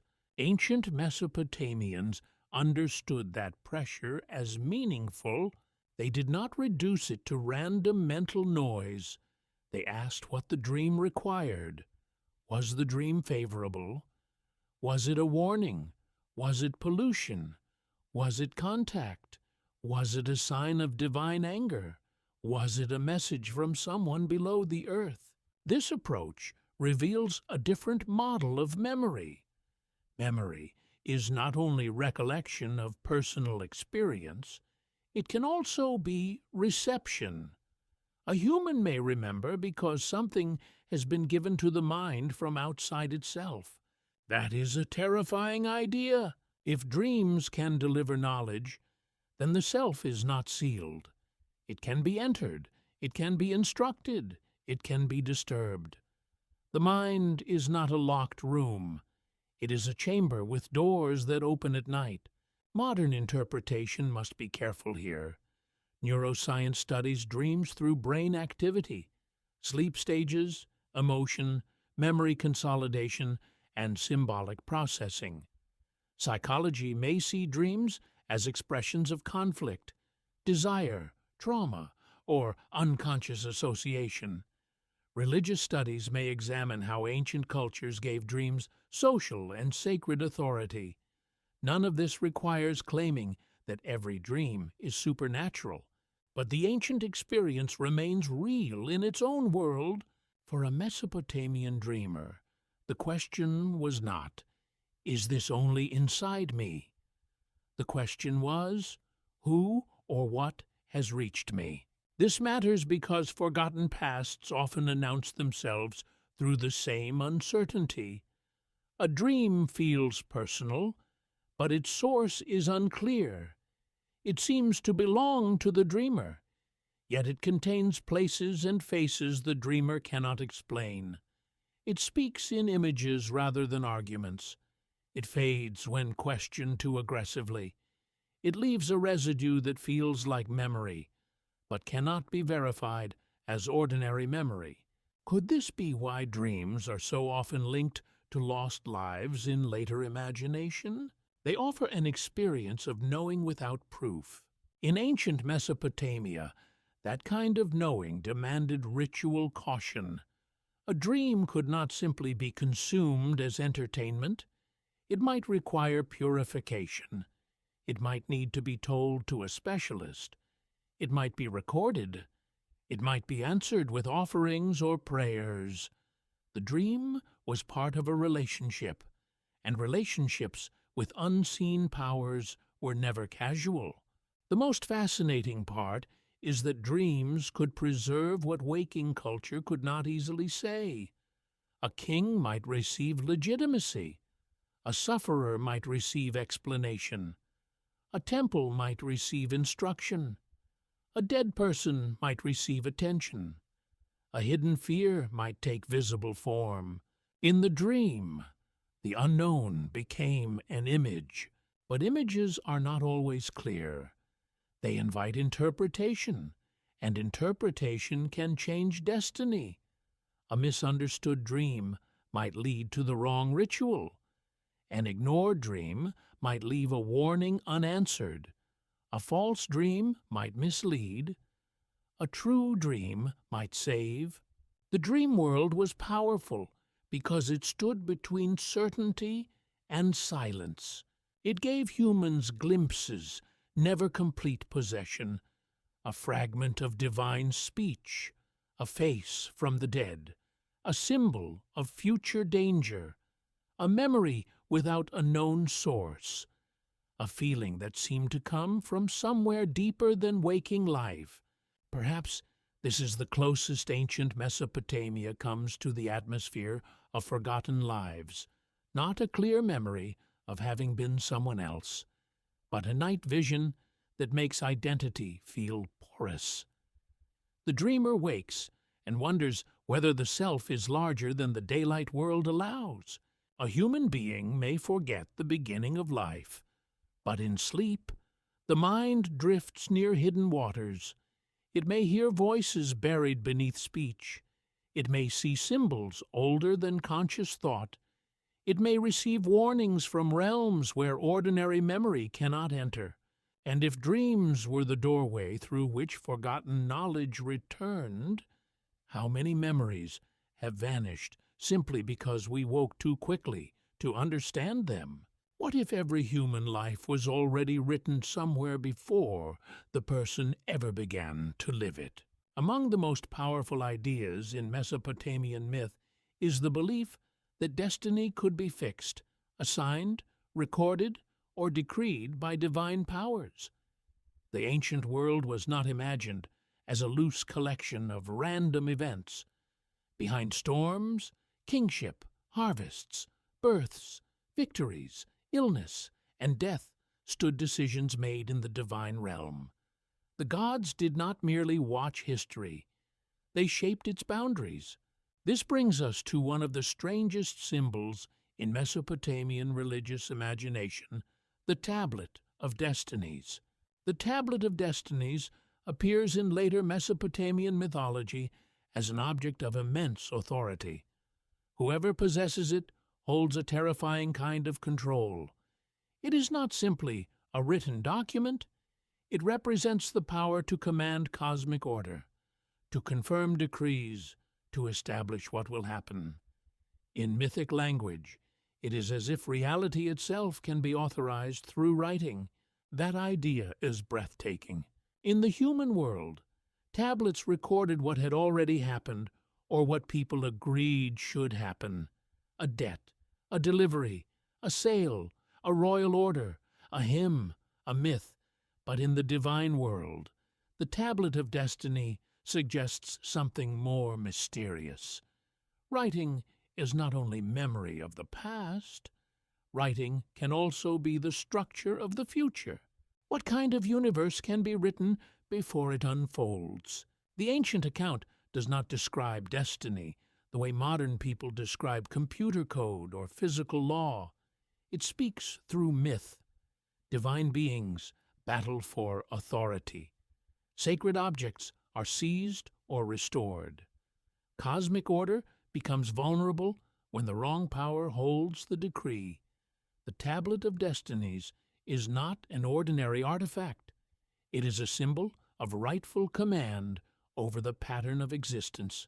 And hidden inside that symbol is a disturbing question about human memory. If destiny is written before life is lived, then perhaps the gods remember a person's life before the person experiences it. Humans move forward through time one moment at a time. They learn by suffering, choosing, losing, and discovering. They do not remember tomorrow. They do not remember why certain meetings changed them. They do not remember the unseen chain that led them to a particular birth, family, city, body, or fate. But the gods, in Mesopotamian imagination, stand closer to the decrees. They know more of the pattern. Could forgetting be the natural condition of beings who live inside a destiny they did not write? This does not mean Sumerian texts teach that every human has a hidden script containing all past and future lives. That would be a modern expansion. What the texts do reveal is a world where the most important truths are held above the human level. Destiny belongs first to divine order. Human beings encounter it as event, omen, dream, illness, success, defeat, or death. A person may ask, "Why did this happen to me?" The ancient answer might not be, "Because you remember choosing it." It might be, "Because the decree was set beyond your sight." This is both comforting and terrifying. Comforting because life is not meaningless. Terrifying because meaning does not always include consent. Picture a scribe in a temple school copying lines about gods, kings, battles, and destinies. His own hand moves across the clay.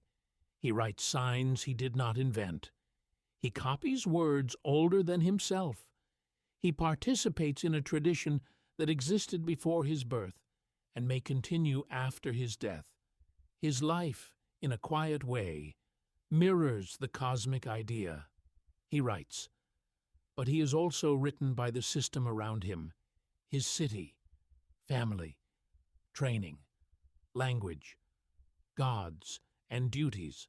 How much of any human life is chosen, and how much is inherited as an unseen inscription? The Tablet of Destinies makes that question unavoidable.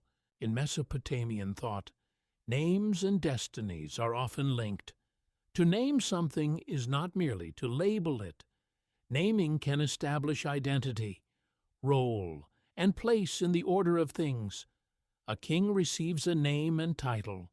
A god's name carries power. A city's name carries memory.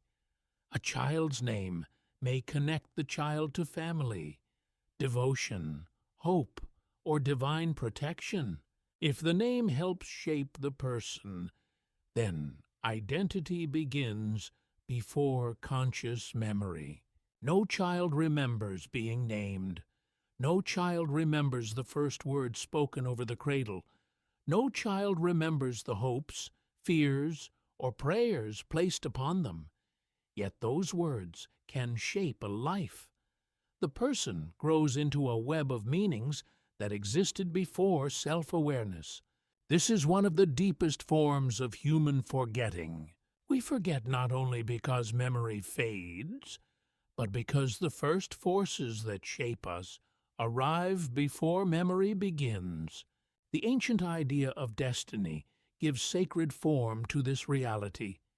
Human beings are born into decrees, family lines, social ranks, gender expectations, labor obligations, divine duties, historical conditions, and mortal limits.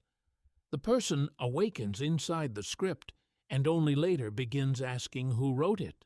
Modern interpretation can read the Tablet of Destinies as a symbol of cosmic order, political legitimacy, and theological authority. It reflects a world where power depends on control of decrees. Whoever determines destiny determines reality. In royal ideology, kings often present themselves as chosen, appointed, or favored by gods. Their authority is not merely military. It is connected to divine decision, but the same idea can be turned inward.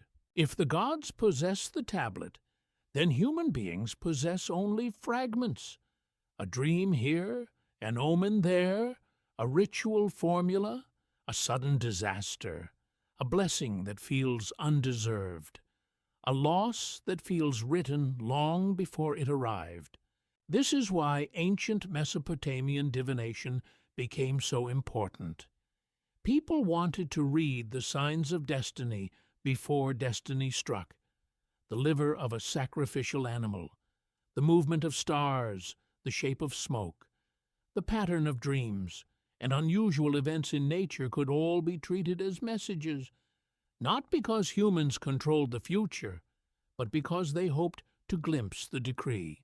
The future was not remembered by humans, it was interpreted. That distinction matters.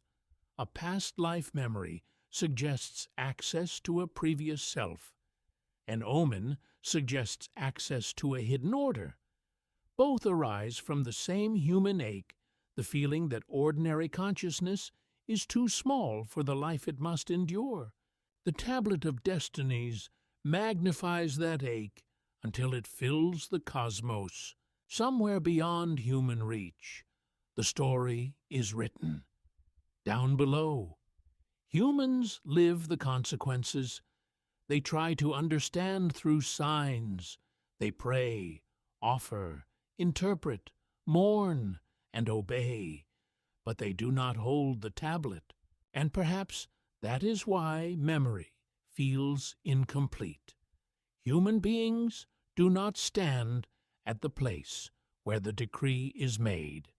They stand inside the unfolding. A person may remember childhood, but not birth. A culture may remember kings, but not the first source of kingship. A city may preserve tablets, but not the divine moment that gave order to the world. Every layer of memory points toward a deeper layer that remains sealed. The tablet of destinies is terrifying because it suggests that the deepest memory of a life might not be behind the person, but above them, not hidden in the brain, not buried in a previous incarnation, not fully held by the dead. Instead, it may be held in the order that assigned the life its shape before the person knew how to ask. So when modern people wonder why humans cannot remember past lives, Mesopotamian myth offers a different kind of riddle. Perhaps humans cannot remember because the full pattern was never placed in human memory at all. Perhaps it was written in a realm where only the gods could read it. And if destiny was inscribed before consciousness opened its eyes, who holds the tablet that remembers what we were meant to become? What if civilization itself was not invented by humans, but handed down as a collection of sacred powers? In Sumerian thought, there is a mysterious concept known as the me. The word is difficult to translate because it does not fit neatly into one modern category. The me are sometimes described as divine powers, cultural principles, sacred offices, cosmic functions, or the essential patterns that allow civilization to exist. They are not ordinary objects, yet in myth they can be possessed, transferred, guarded, and carried away. This is one of the strangest ideas in the Sumerian imagination.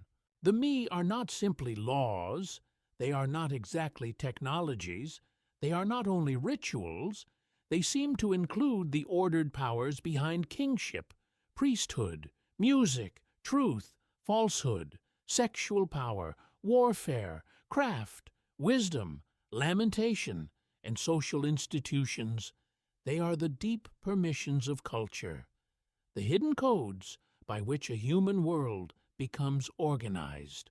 Why would ancient people imagine civilization as something that exists before humans fully understand it? In one famous mythic tradition, Inanna travels to the god Enki and obtains many of the mi, enki, associated with wisdom, fresh water, craft, magic, and cunning intelligence, possesses these powers in his sacred city of Eridu. Inanna, ambitious and radiant, receives them and carries them toward her own city, Uruk.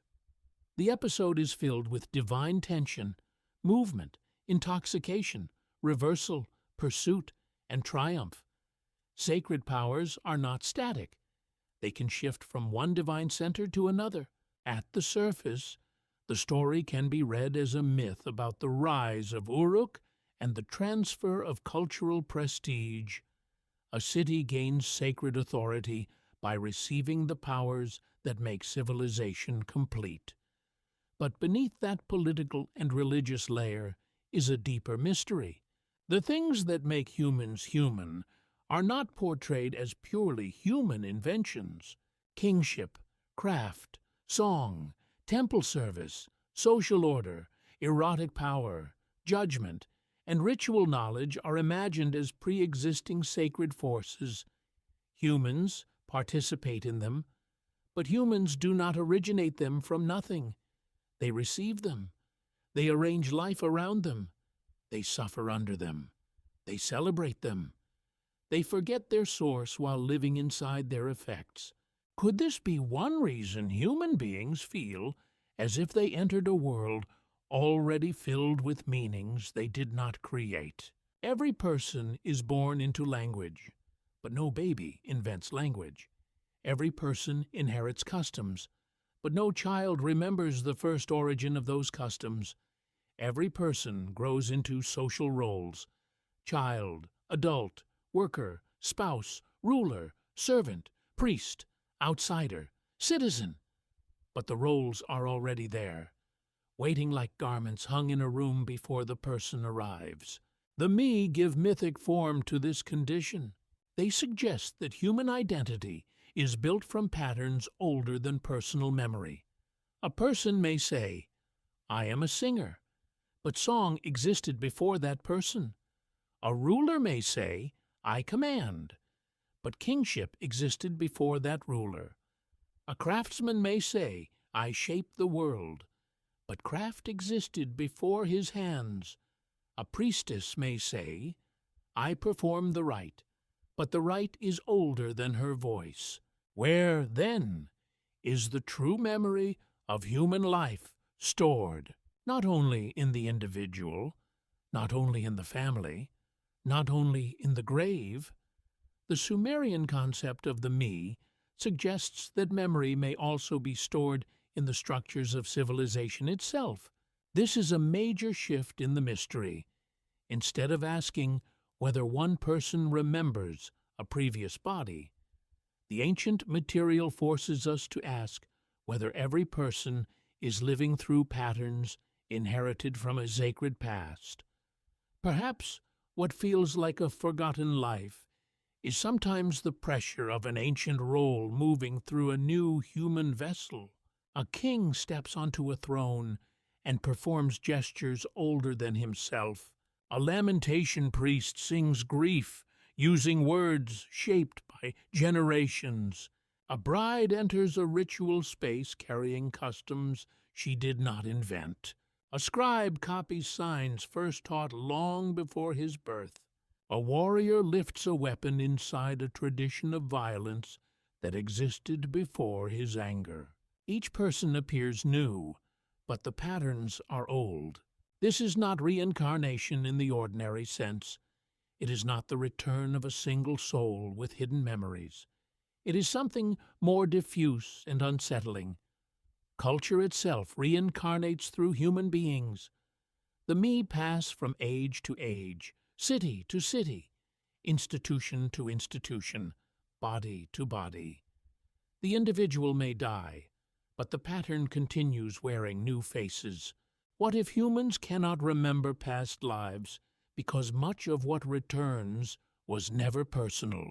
This possibility may explain why ancient traditions often feel strangely familiar even to modern people. The settings are distant, the gods unfamiliar, the language ancient, and the rituals foreign. Yet the patterns are recognizable: ambition, grief, erotic desire, fear of death, hunger for legitimacy, conflict between cities, longing for divine approval, anxiety over disorder, need for remembrance. The names change, the patterns remain. The me help us understand why Sumerian myths feel less like dead stories and more like living structures. They are not only tales about gods, they are reflections on how civilization receives its form. In the mythic world, culture is not a random human arrangement. It has sacred depth, it has power, it can be lost, stolen, transferred, corrupted, or restored. And this raises a troubling question. If civilization depends on powers humans did not create, what happens when humans forget that those powers are sacred? A song becomes entertainment without memory of ritual. A law becomes punishment without memory of justice. A throne becomes domination without memory of responsibility. A city becomes wealth without memory of temple order. Writing becomes record-keeping without memory of wisdom. The power remains, but the meaning thins. This is how forgetting can happen without any soul crossing from one body to another. A civilization can inherit sacred forms while losing the memory of why they mattered. People can continue performing ancient patterns while believing they are new. They can live inside old structures without recognizing them as old. Modern interpretation can compare the me to cultural codes, archetypes, institutions, or symbolic programs. Such comparisons are useful if handled carefully. The ancient Sumerians were not speaking in modern psychological or sociological vocabulary. They were speaking mythically, through divine possession and sacred transfer. Yet the idea remains powerful because it captures a truth that modern people still experience. We do not begin life with a blank world. We inherit scripts. Some are beautiful, some are violent, some are sacred, some are oppressive, some give identity, some imprison it, but nearly all of them began before we could remember. This may be one of the deepest forms of past life forgetting, not the loss of an individual memory, but the loss of awareness that our lives are shaped by ancient powers still operating beneath ordinary consciousness. The me are like invisible architecture. We walk through rooms built by the dead, using language made by the dead, obeying customs shaped by the dead, fearing gods or ideas named by the dead, while imagining ourselves completely modern. But the old powers continue. They move through cities. They move through rituals. They move through songs, laws, ceremonies, professions, stories, marriages, funerals, armies, temples, markets, and schools. They survive because each generation unknowingly carries them forward. In this sense, the human being is not only a body of clay, it is a temporary bearer of ancient forms. The mystery of memory becomes larger. Perhaps humans do not remember past lives because the past is not stored in one hidden chamber inside the self. It is distributed across civilization. It lives in the words we did not invent, the roles we did not choose, the symbols we did not design, and the desires we mistake for purely our own. The me suggests a world where culture itself remembers, even when people forget. And if sacred powers can pass from God to city, from city to people car, and from people to future generations, how many ancient forces are still living through us without ever revealing their names? What if humans are not born empty, but born behind a veil? This idea does not appear in Sumerian texts as a clear doctrine of reincarnation. The ancient tablets do not say that every soul lives many lives, drinks from a river of forgetfulness, and returns without memory. That kind of language belongs more naturally to other later traditions and philosophical systems. But the question still matters. Because Sumerian literature circles around a similar wound, human beings arrive without access to the deepest knowledge of their own beginning. They do not remember the moment of creation. They do not remember divine decisions. They do not remember the first ordering of civilization. They do not remember the original reasons for the burdens they carry. A child opens its eyes into a world already full of names, laws, gods, duties, fears, stories, and expectations. The child did not choose the city, did not choose the family, did not choose the language, did not choose the rituals whispered over the cradle. Yet these things begin shaping the self before memory becomes strong enough to resist. Could this be the oldest form of forgetting? Not forgetting a previous life, but forgetting the hidden conditions that made this life possible. In later comparative traditions, especially in parts of Greek philosophy, Indian religious thought, and mystical speculation, the soul can be imagined as passing through lives, losing memory at birth, or becoming bound to bodily existence. These traditions are not the same as Sumerian religion. They arise in different languages, places, and historical settings, but they reveal a recurring human intuition. Birth feels like arrival after an unknown journey. Why does consciousness begin in the middle? No one remembers becoming conscious in a complete and continuous way. Memory does not begin at birth.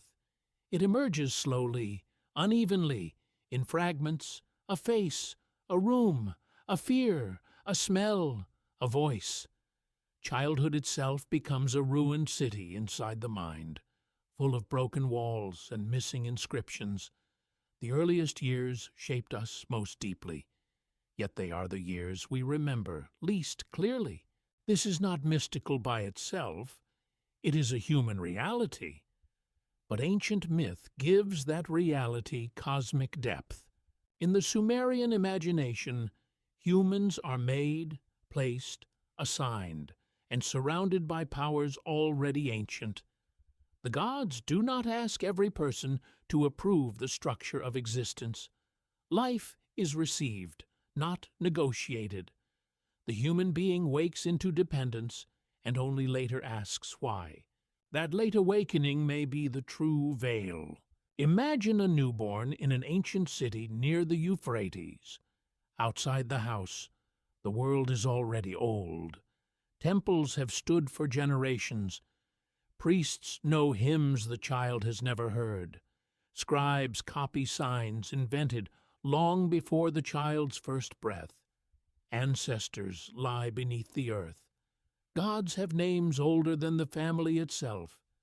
Kings claim authority from heaven. The fields require labor. The dead require offerings. The city requires obedience. The child enters this immense memory, but remembers none of its making. This is why the question of past lives must be widened. A human being may not need a previous incarnation to experience forgotten existence. Every life begins from forgotten foundations. The body carries ancestry the mind cannot recall. The language carries dead speakers the child never knew. The rituals carry fears and hopes from vanished generations. The city carries buried layers beneath every street. A person is made of more past than memory can hold. Could what people call past life memory sometimes be the pressure of inherited worlds pushing upward through dreams, fears, attractions, talents, and inexplicable longings. Modern interpretation must be cautious. Archaeology cannot prove such a claim. Ancient Sumerian texts do not establish it as doctrine. Psychology would offer many possible explanations for unexplained feelings, including imagination, early experience, suggestion, trauma, symbolic association, and the mind's ability to create meaning from fragments. But mythology allows another kind of exploration. It asks why the feeling exists at all. Why do so many humans feel that they have forgotten something essential? Perhaps because we have not a single recoverable scene from another body, necessarily, not a hidden royal identity from a lost age, not a secret biography sealed inside the soul. Perhaps what is forgotten is more fundamental, the origin of the self. The self is not present at its own beginning. This is one of the most profound facts of existence. We become ourselves before we can remember becoming ourselves. By the time memory begins, the first shaping has already happened. The voice of the mother, the rhythms of the household, the fears of the family, the status of the body, the expectations of the community, the invisible rules of the culture, all have already entered us. We are formed in darkness, then asked to explain ourselves in daylight. Ancient Mesopotamian religion gives that darkness divine architecture: the womb, the underworld, the clay pit, the temple interior, the sealed tablet, the divine council, the dream, the grave. All are places where transformation occurs beyond ordinary sight. Human beings emerge from hidden processes and spend life surrounded by hidden powers. Birth itself is a mystery of concealment. No person remembers the womb as a continuous story. No person remembers the moment breath began. No person remembers the first sensation of separation. Yet those thresholds define existence. The most important crossings leave no clear memory. This may be why later traditions so often imagine a veil before birth. The image feels emotionally true, even when expressed differently across cultures. Something is crossed, something is lost, a new identity begins. The previous state becomes inaccessible. The soul, or mind, or life force enters limitation in a Mesopotamian frame. That limitation is not presented as a classroom for reincarnating souls. It is presented as the human condition under divine order. Mortals do not possess the full knowledge of the gods. They receive signs, not total understanding. They receive dreams, not permanent vision. They receive names, not complete origin. They receive rituals, not mastery over death. The forgotten before birth is therefore not merely an event. It is a structure. Humans stand below, gods decree above, the dead dwell beneath. The city preserves what the mind cannot. The tablet remembers what the body forgets. Between these levels, human consciousness flickers. It knows enough to ask, but not enough to rest. That may be why the idea of past lives remains so compelling. It gives shape to the feeling that our present identity is incomplete. It suggests that the missing knowledge has a story, a location, a cause. It turns the vague ache of origin into a hidden biography. But the older Mesopotamian material asks for a harder kind of courage. It does not give the missing memory back. It teaches us to live in a world where meaning exists even when the beginning is veiled. The first breath is forgotten. The first shaping is hidden. The first decree is beyond reach. And yet, the human being still carries traces the body's instincts, the family's patterns, the city's rituals, the ancestor's name. the dream's image, the fear of death, the hunger for divine recognition. Perhaps we cannot remember the life before birth because consciousness as we know it begins only after the veil has already fallen. Perhaps the question is not what scene lies behind it, but why every culture keeps sensing that there is a veil at all. Ancient Sumer does not give us a doctrine of remembered reincarnation. It gives us a world in which humans are always arriving too late to witness their own origin. And if every human life begins after the most important forgetting has already taken place, what part of us is still trying to remember the darkness before our first breath? What if death did not end a life, but only changed the place where that life had to be remembered? In ancient Mesopotamia, a name was not a casual label. A name carried presence. It gave shape to identity. It allowed a person to be called, invoked, honored, recorded, cursed, praised, or preserved. To lose the name was to fall toward silence. To have the name spoken was to remain connected to the living world. This is one of the most important clues in the mystery of memory. Modern people often imagine immortality as the survival of consciousness somewhere beyond the body. But in Mesopotamian thought, survival was tied strongly to remembrance. A person did not continue as a bright, self-sufficient spirit, untouched by earthly relations. The dead entered a diminished condition, and the living bore responsibility for maintaining connection.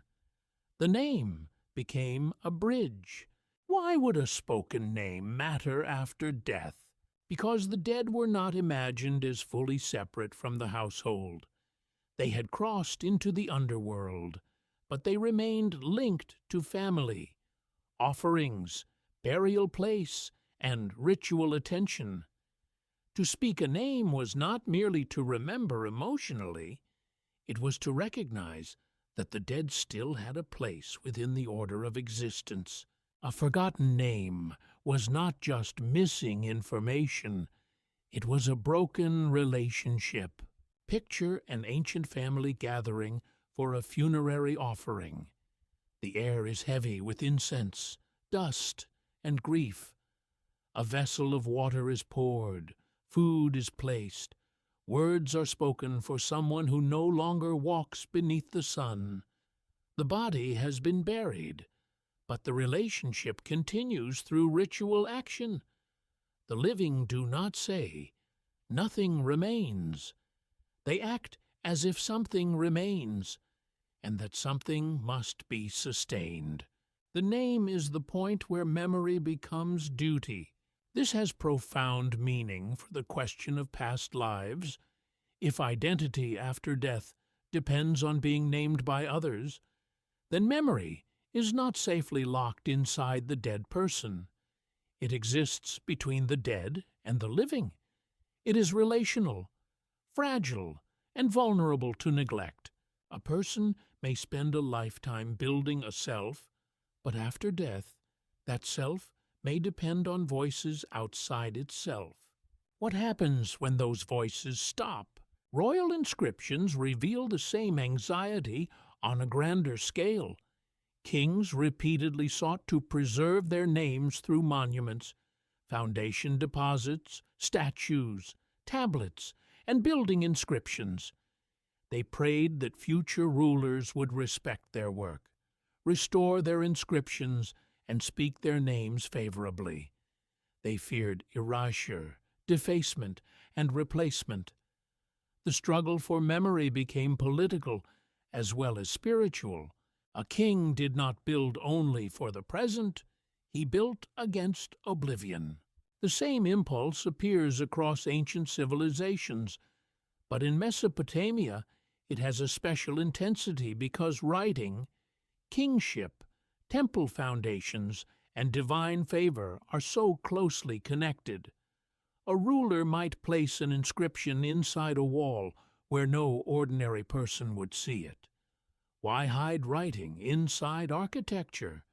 Because the audience was not only human, the gods, the future, and the sacred structure itself were part of the memory system.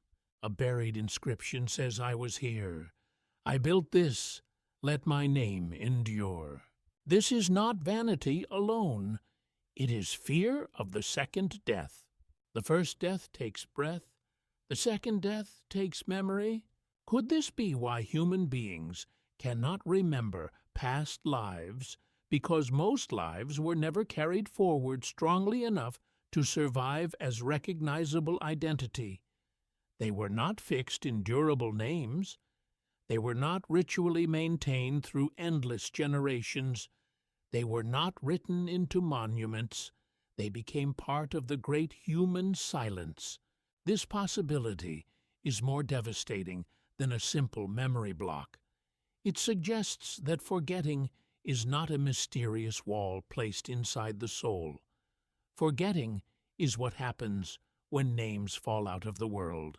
Think of the countless unnamed dead beneath ancient cities, children who died before they could speak, workers whose hands shaped bricks but whose names were not recorded, women whose songs passed through households and disappeared, old people whose memories died when no one asked them to tell the story again, captives, servants, farmers, potters, shepherds, mourners, sailors, brewers, midwives, and scribal students who existed vividly for a moment, then dissolved into the earth.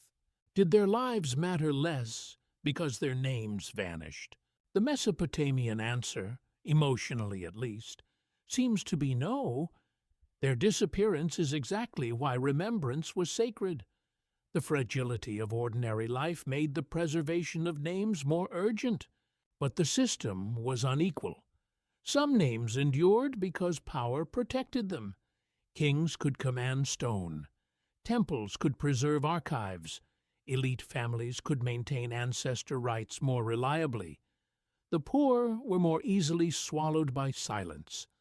History remembers unevenly, and the underworld of memory is crowded with those who had no inscription. This creates a troubling contrast. The human soul may long to remember all it has been, but history remembers selectively.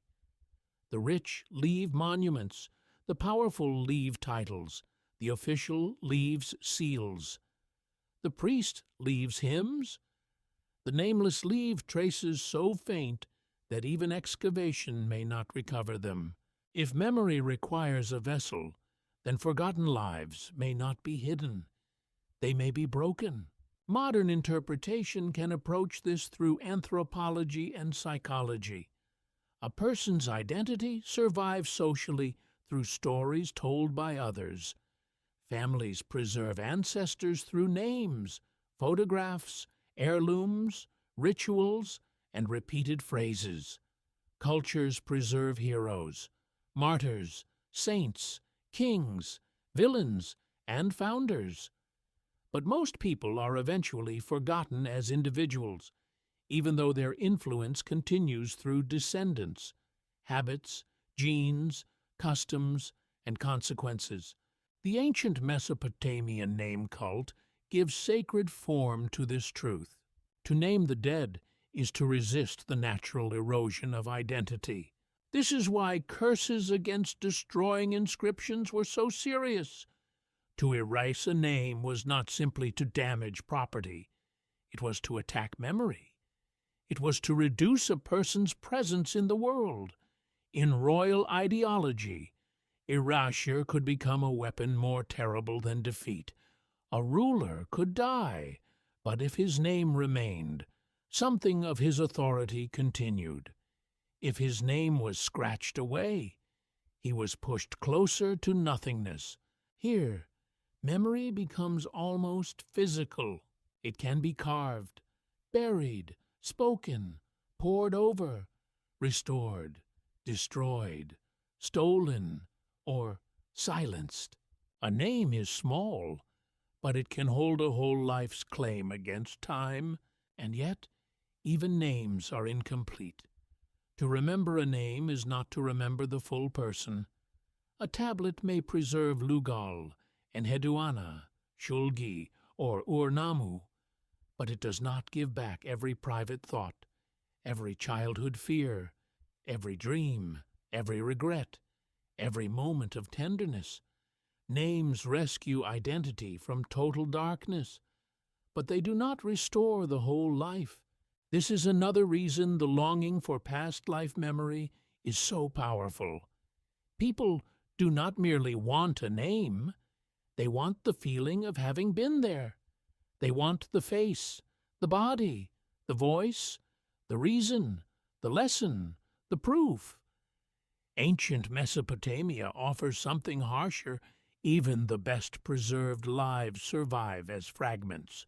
A name, a title, an offering, a broken inscription, a mythic echo, a grave, a line in an account. The human being was always more than what survived. Perhaps this is why memory must become sacred, not because it can preserve everything, but because without it almost nothing remains.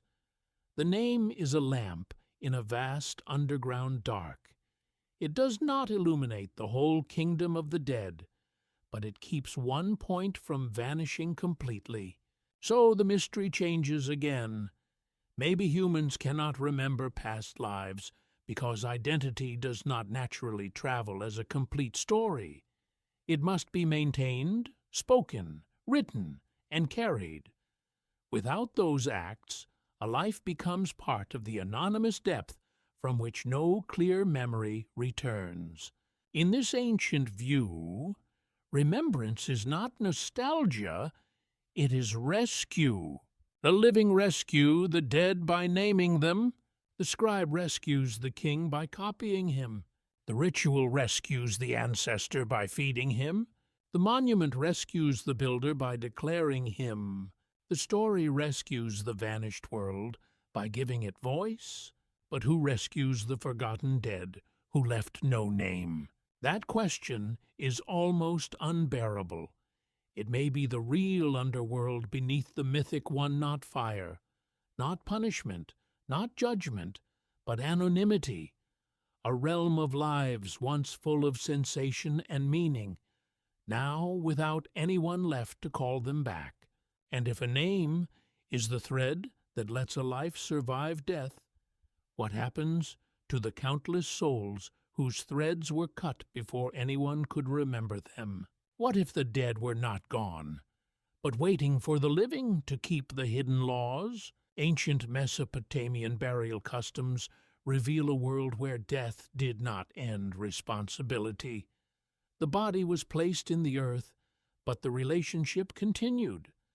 The grave was not only a place of sorrow, it was a threshold, a point where the living and the dead remained connected through offerings, ritual care, spoken names, and household memory. This is one of the most powerful differences between modern and ancient ideas of death. Today, many people treat burial as closure, a final act, a farewell, a place to visit when grief rises. But in ancient Mesopotamia, burial could also be an ongoing obligation. The dead had needs, the living had duties. The boundary between worlds required maintenance. Why would the underworld need human participation? The answer lies in the structure of the Mesopotamian afterlife. The dead descended to a dim realm beneath the earth, but their condition there was not entirely independent from the world above. The quality of burial, the presence of descendants, and the continuation of offerings could matter. Water, food, and ritual attention were not just symbols of affection. They were part of a sacred economy of care. The dead were not imagined as fully free beings who could simply nourish themselves with divine light. They remained connected to the household that remembered them. Their afterlife existence could be strengthened or neglected depending on what the living did. That idea is haunting because it makes memory practical. A forgotten ancestor was not merely absent from conversation. A forgotten ancestor might be deprived. Imagine a family home in an ancient city. The walls are made of mud brick. The floor is packed earth. Beneath or near the house, earlier generations may rest in graves. Children grow above the dead without fully understanding that the house is also a place of ancestral presence. Meals are prepared. Water is poured. Names are spoken. Ritual gestures link the household to those who came first. The living do not stand alone. They stand on layers of the dead. This is not metaphor only. Archaeology has shown that in many Mesopotamian contexts, burials could be located within domestic spaces or associated with family areas. The house could become a place where generations overlapped. Life and death were not separated by great distance. The dead remained near the living, beneath the same world of walls, courtyards, lamps, and daily labor. How different would memory feel if your ancestors were literally under your feet? In such a world, forgetting becomes harder to excuse. The dead are not hidden in some distant cemetery beyond the city. They may be part of the house itself. Their presence is built into domestic space. Every step above the floor is also a step above memory. But the rituals had rules. A proper burial mattered. Improper death mattered. A body left unburied could create danger. A ghost without order could trouble the living. A dead person without offerings might suffer. A family without descendants might face anxiety over who would continue the rites. Death required placement, recognition, and continuity. These are the underworld's hidden laws. The dead must be given place. The living must remember, and the bond must not be allowed to rot into neglect. This creates another way to understand why past lives cannot easily be remembered. In Mesopotamian thought, the dead were not imagined as moving freely into new identities while carrying private memories forward. They were bound into a system of place, kinship, and ritual. Identity after death did not float away from human relationships. It remained entangled with them. A life was not a closed possession. It belonged partly to the household, partly to the gods, partly to the underworld, partly to the name, partly to the body placed in earth. When modern people ask, "Why do I not remember who I was before?" they usually imagine the self as a continuous traveler. But Mesopotamian burial traditions suggest a more fragmented reality. The dead person is not simply a traveler. The dead person is a dependent presence, a shade tied to a grave, a name, a family line, and ritual maintenance. In that world, memory does not move forward by itself. It must be tended. Modern interpretation can approach this as a system of ancestor care.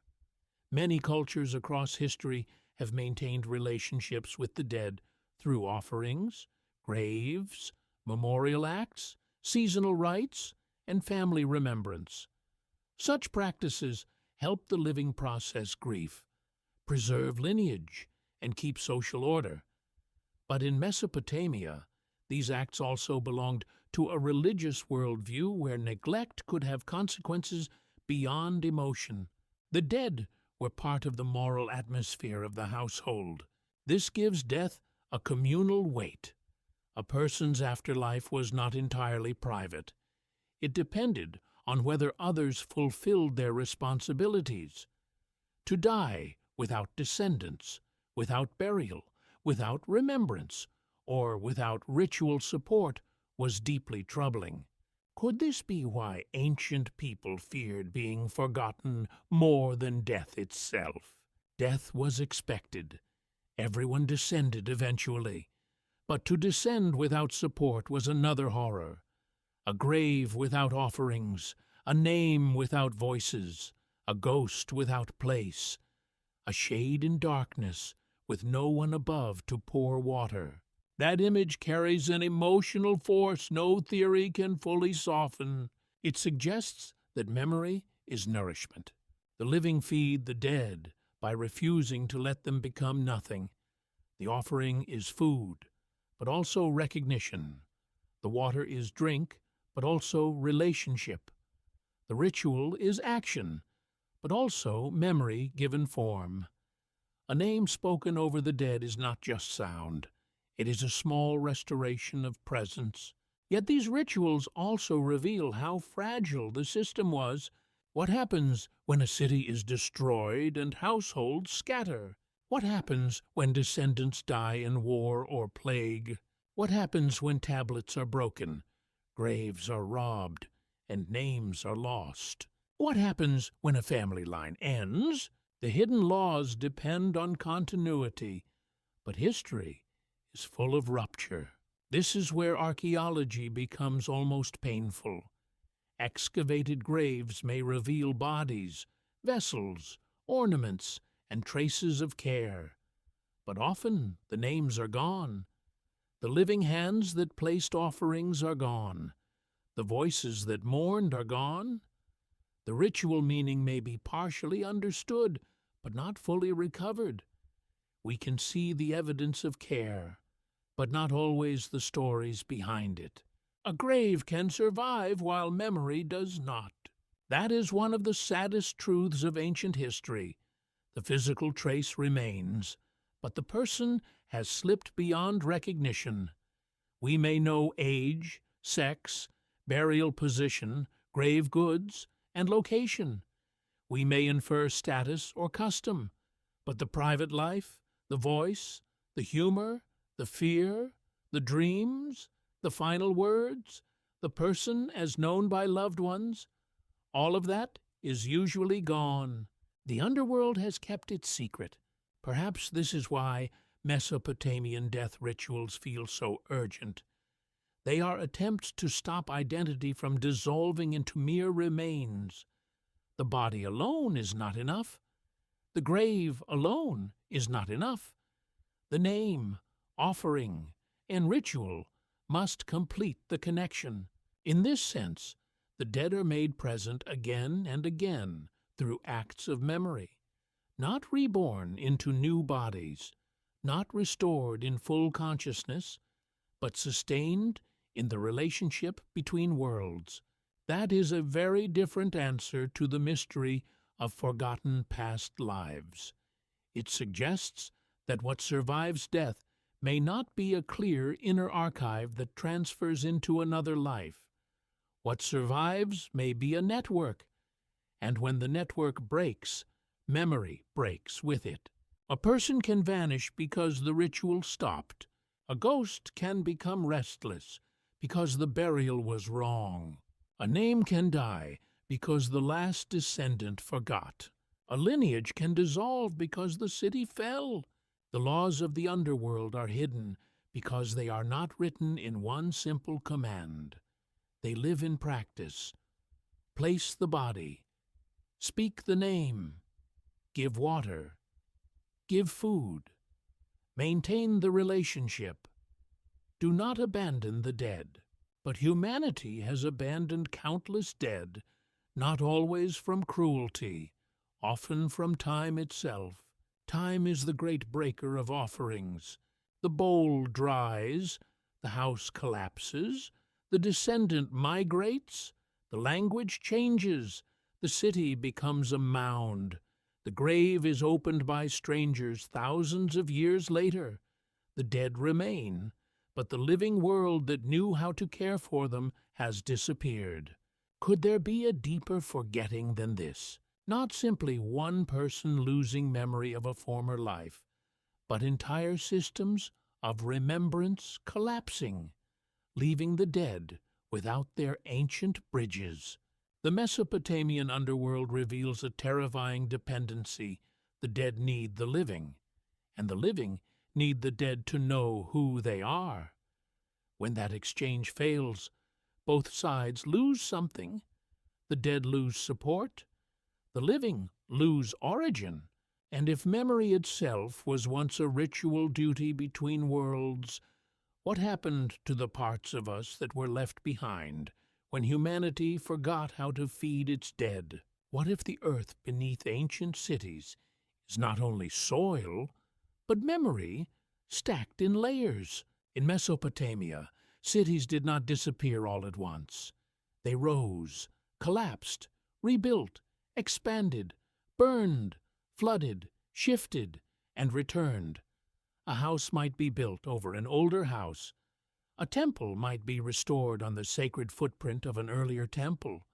Streets might rise as debris accumulated beneath them. Generations lived above generations without always seeing the buried worlds below their feet. This is one of archaeology's most powerful images. A city becomes a mound because time piles itself upward. Sites such as Uruk, Nippur, Eridu, Kish, and many others preserve traces of repeated human occupation. Mud brick architecture decays. Walls crumble, floors are leveled.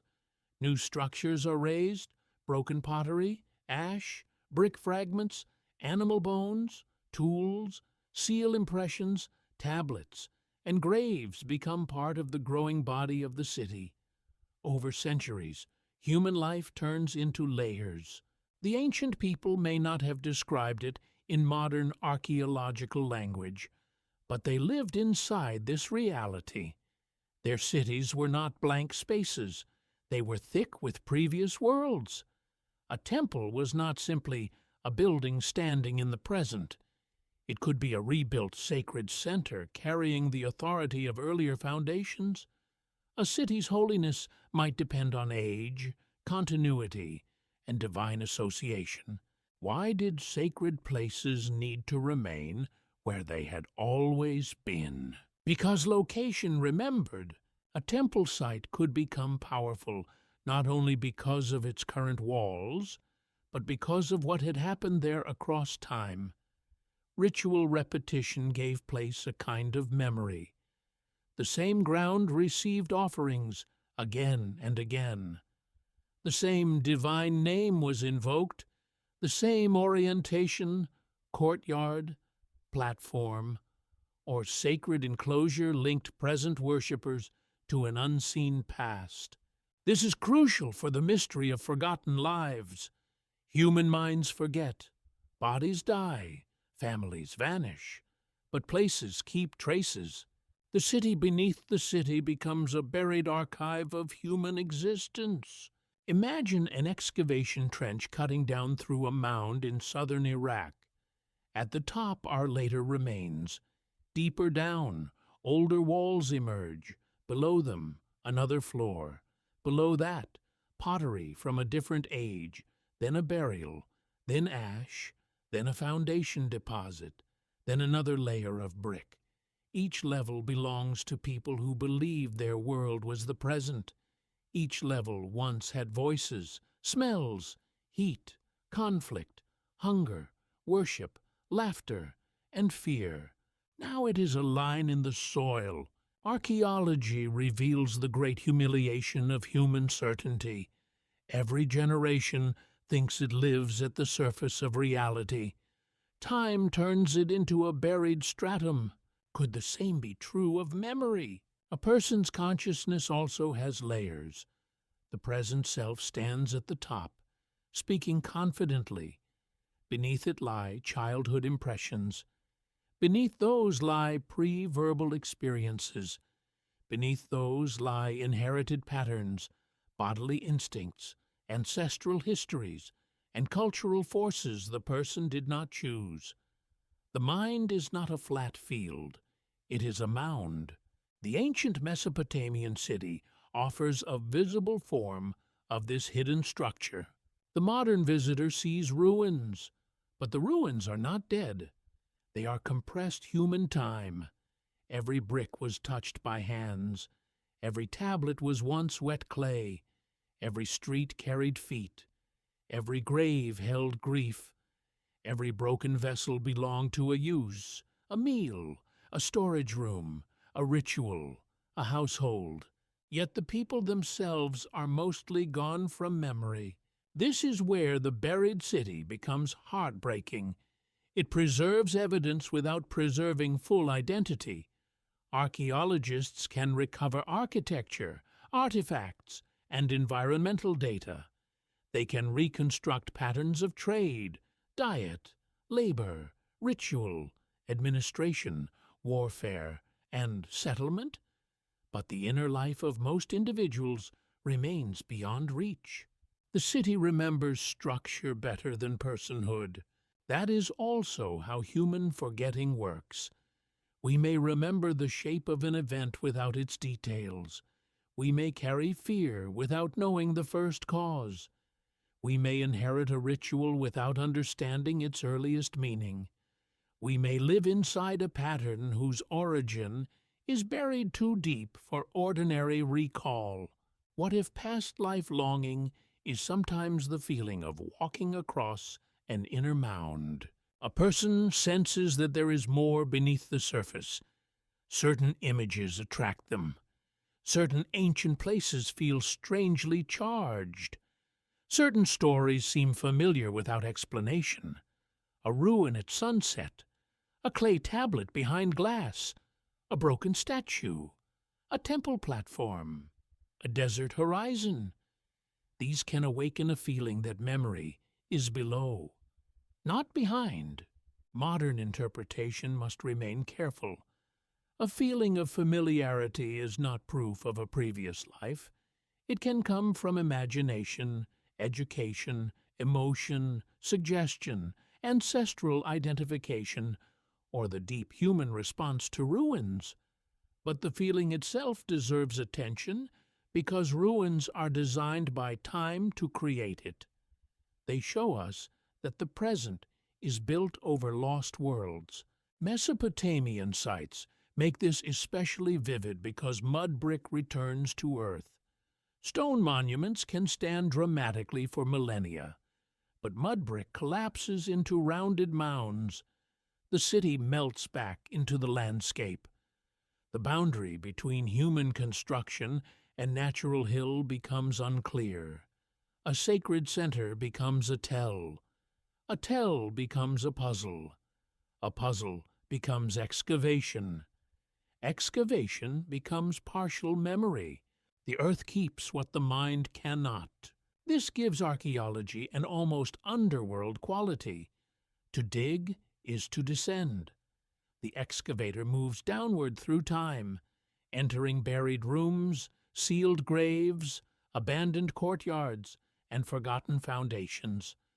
The spade touches surfaces no living person has seen for thousands of years.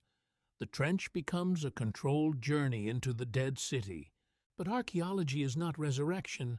It can uncover remains, not restore the full life that produced them. A tablet can be translated, but the scribe's breathing is gone. A temple plan can be drawn, but the ritual atmosphere is only partly recoverable. A grave can be documented, but the mourning voices are silent. Knowledge returns in fragments.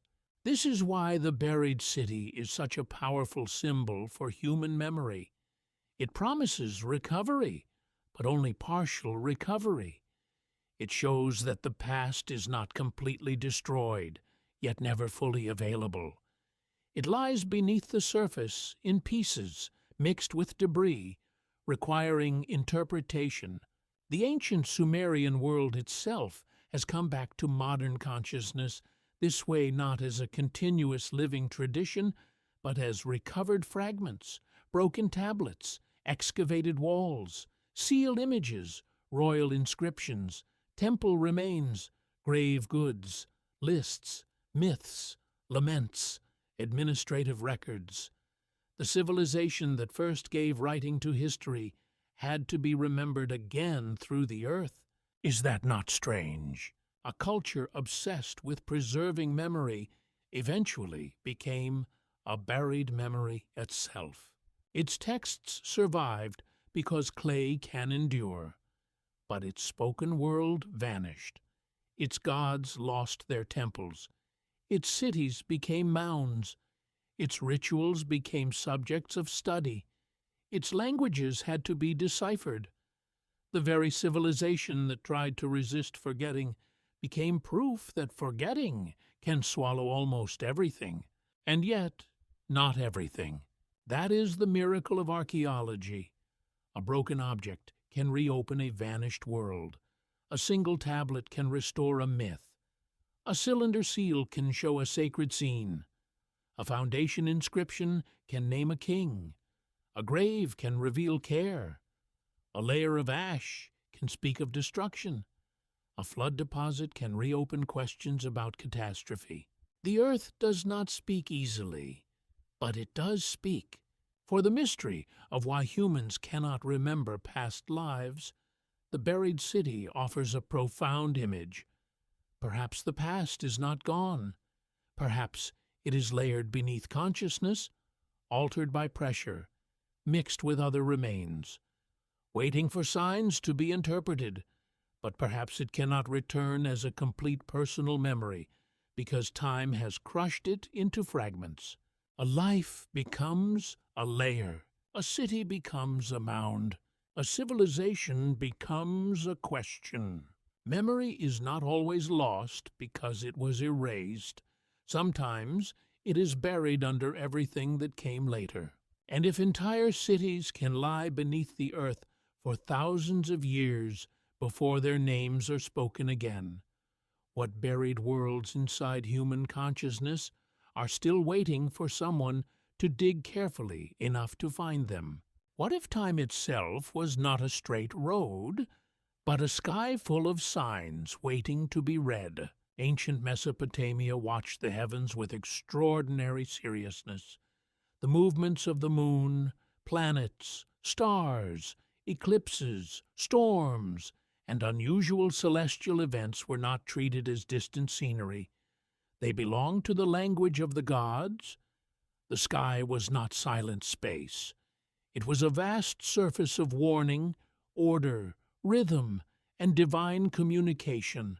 To modern eyes, the night sky can seem beautiful, but separate from human fate, a place for science, navigation, wonder, or distance. But in Mesopotamian thought, heaven and earth were joined by signs. What appeared above could reveal what was unfolding below. The sky did not merely shine, it spoke, but it spoke in patterns. This is where the mystery of memory changes again. If the heavens reveal cycles, then perhaps the past is never fully past. It returns in forms, seasons, omens, conjunctions, disasters, harvests, and royal changes. Time may not repeat perfectly, but it echoes. The ancient observer does not ask only, "What will happen?" He asks, "What has this sign meant before?" That question turns memory into prediction. Mesopotamian scholars developed vast omen traditions. Celestial events were carefully observed, recorded, compared, and interpreted. An eclipse might carry meaning for a king. A planetary appearance might suggest danger, victory, famine, death, or political change. The moon's behavior mattered. The rising and setting of stars mattered. The sky became a divine text written in light. Imagine standing on the roof of a temple at night. The city below is dark except for small lamps. The air carries dust, smoke, and the distant sound of animals. Above, the stars appear with terrifying clarity. A trained observer watches the moon entering shadow. This is not only an astronomical event, it is a message, somewhere. A tablet tradition may preserve what such a sign has meant in other times. The observer is not simply looking upward. He is reading accumulated memory. Why would the future be hidden in the repetition of the sky? For ancient Mesopotamians, the universe was ordered by divine powers. Events did not occur in isolation. The same gods who governed kingship, storms, fertility, and destiny also governed heavenly bodies. If the sky changed strangely, the change might reflect a disturbance in the divine order or a warning about the human world. This does not mean ancient astronomers were careless or primitive. On the contrary, Mesopotamian sky observation became highly sophisticated over time. Scholars tracked celestial patterns with discipline and precision. Mathematical astronomy later developed from these traditions, but the motivation was not only scientific in the modern sense. Observation served interpretation, and interpretation served survival. The sky was a memory palace of fate. This matters for the question of forgotten lives, because cycles change how memory feels. A linear view of life says that what has passed is gone. A cyclical view says that what has passed may return in another form. The moon disappears and comes back. Seasons move through loss and renewal. Stars rise again after absence. Planets wander, vanish, and reappear. The heavens make disappearance less final, but also more mysterious. Could human memory have been imagined under the pressure of these cycles? The texts do not tell us that Mesopotamians believed a person's soul returned like the moon. That would be too direct and unsupported. Their afterlife traditions usually place the dead below, not in a cycle of rebirth, but their celestial traditions do show a deep concern with recurrence, signs, and pattern time. The world remembers through repetition. A lunar eclipse may frighten a king because earlier observations linked such events with danger. A seasonal festival may restore divine order because the ritual repeats what must never be forgotten. A constellation may mark agricultural timing because the sky holds practical memory for the earth. In each case, the past guides the present through pattern. The individual forgets, but the cosmos repeats. That idea is profound. Human beings cannot remember their earliest beginnings. They cannot remember the dead who shaped them. They cannot see the divine decrees directly, but they can watch the sky. The heavens become a kind of external memory, a clock and archive beyond the weakness of flesh. While human generations vanish, the moon returns. While kings die, stars rise. While cities fall, planets continue their strange journeys. This gives the night sky a haunting authority. It witnessed what humans forgot. The stars above ancient Ur saw births, burials, wars, offerings, droughts, floods, coronations, betrayals, and prayers. They watched names become famous, then forgotten. They shone over temple roofs that later collapsed into dust. To look up was to face something older than human memory and more enduring than human power. No wonder the sky became sacred. Modern interpretation can see celestial omen traditions as part of a larger Mesopotamian system of divination. The purpose was to discover hidden connections between signs and events. Omen collections preserved examples and interpretations, allowing scholars to compare present signs with inherited knowledge. In a sense, divination created a disciplined archive of meaningful coincidence. Whether modern people accept the omen logic or not, the cultural function is clear. The heavens helped ancient societies organize uncertainty. They gave rulers and priests a way to respond to fear before disaster arrived. They turned anxiety into observation and observation into ritual action. But there is another dimension. If the sky is readable, then humans are not entirely abandoned to forgetting. They may not remember the first cause, but they can still search for signs. They may not know the full decree, but they can watch for warnings. They may not control destiny, but they can ask whether destiny leaves traces before it arrives. This is a very old human hope. Perhaps the universe knows what we do not. Perhaps the future has shadows. Perhaps the past returns as pattern. Perhaps what has been forgotten by the mind is remembered by the stars. The connection to past lives is subtle but powerful. Modern stories of past life memory often involve repetition, recurring dreams, repeated fears, inexplicable attractions, familiar symbols, repeating relationships, patterns of suffering. People sense that something has come around again.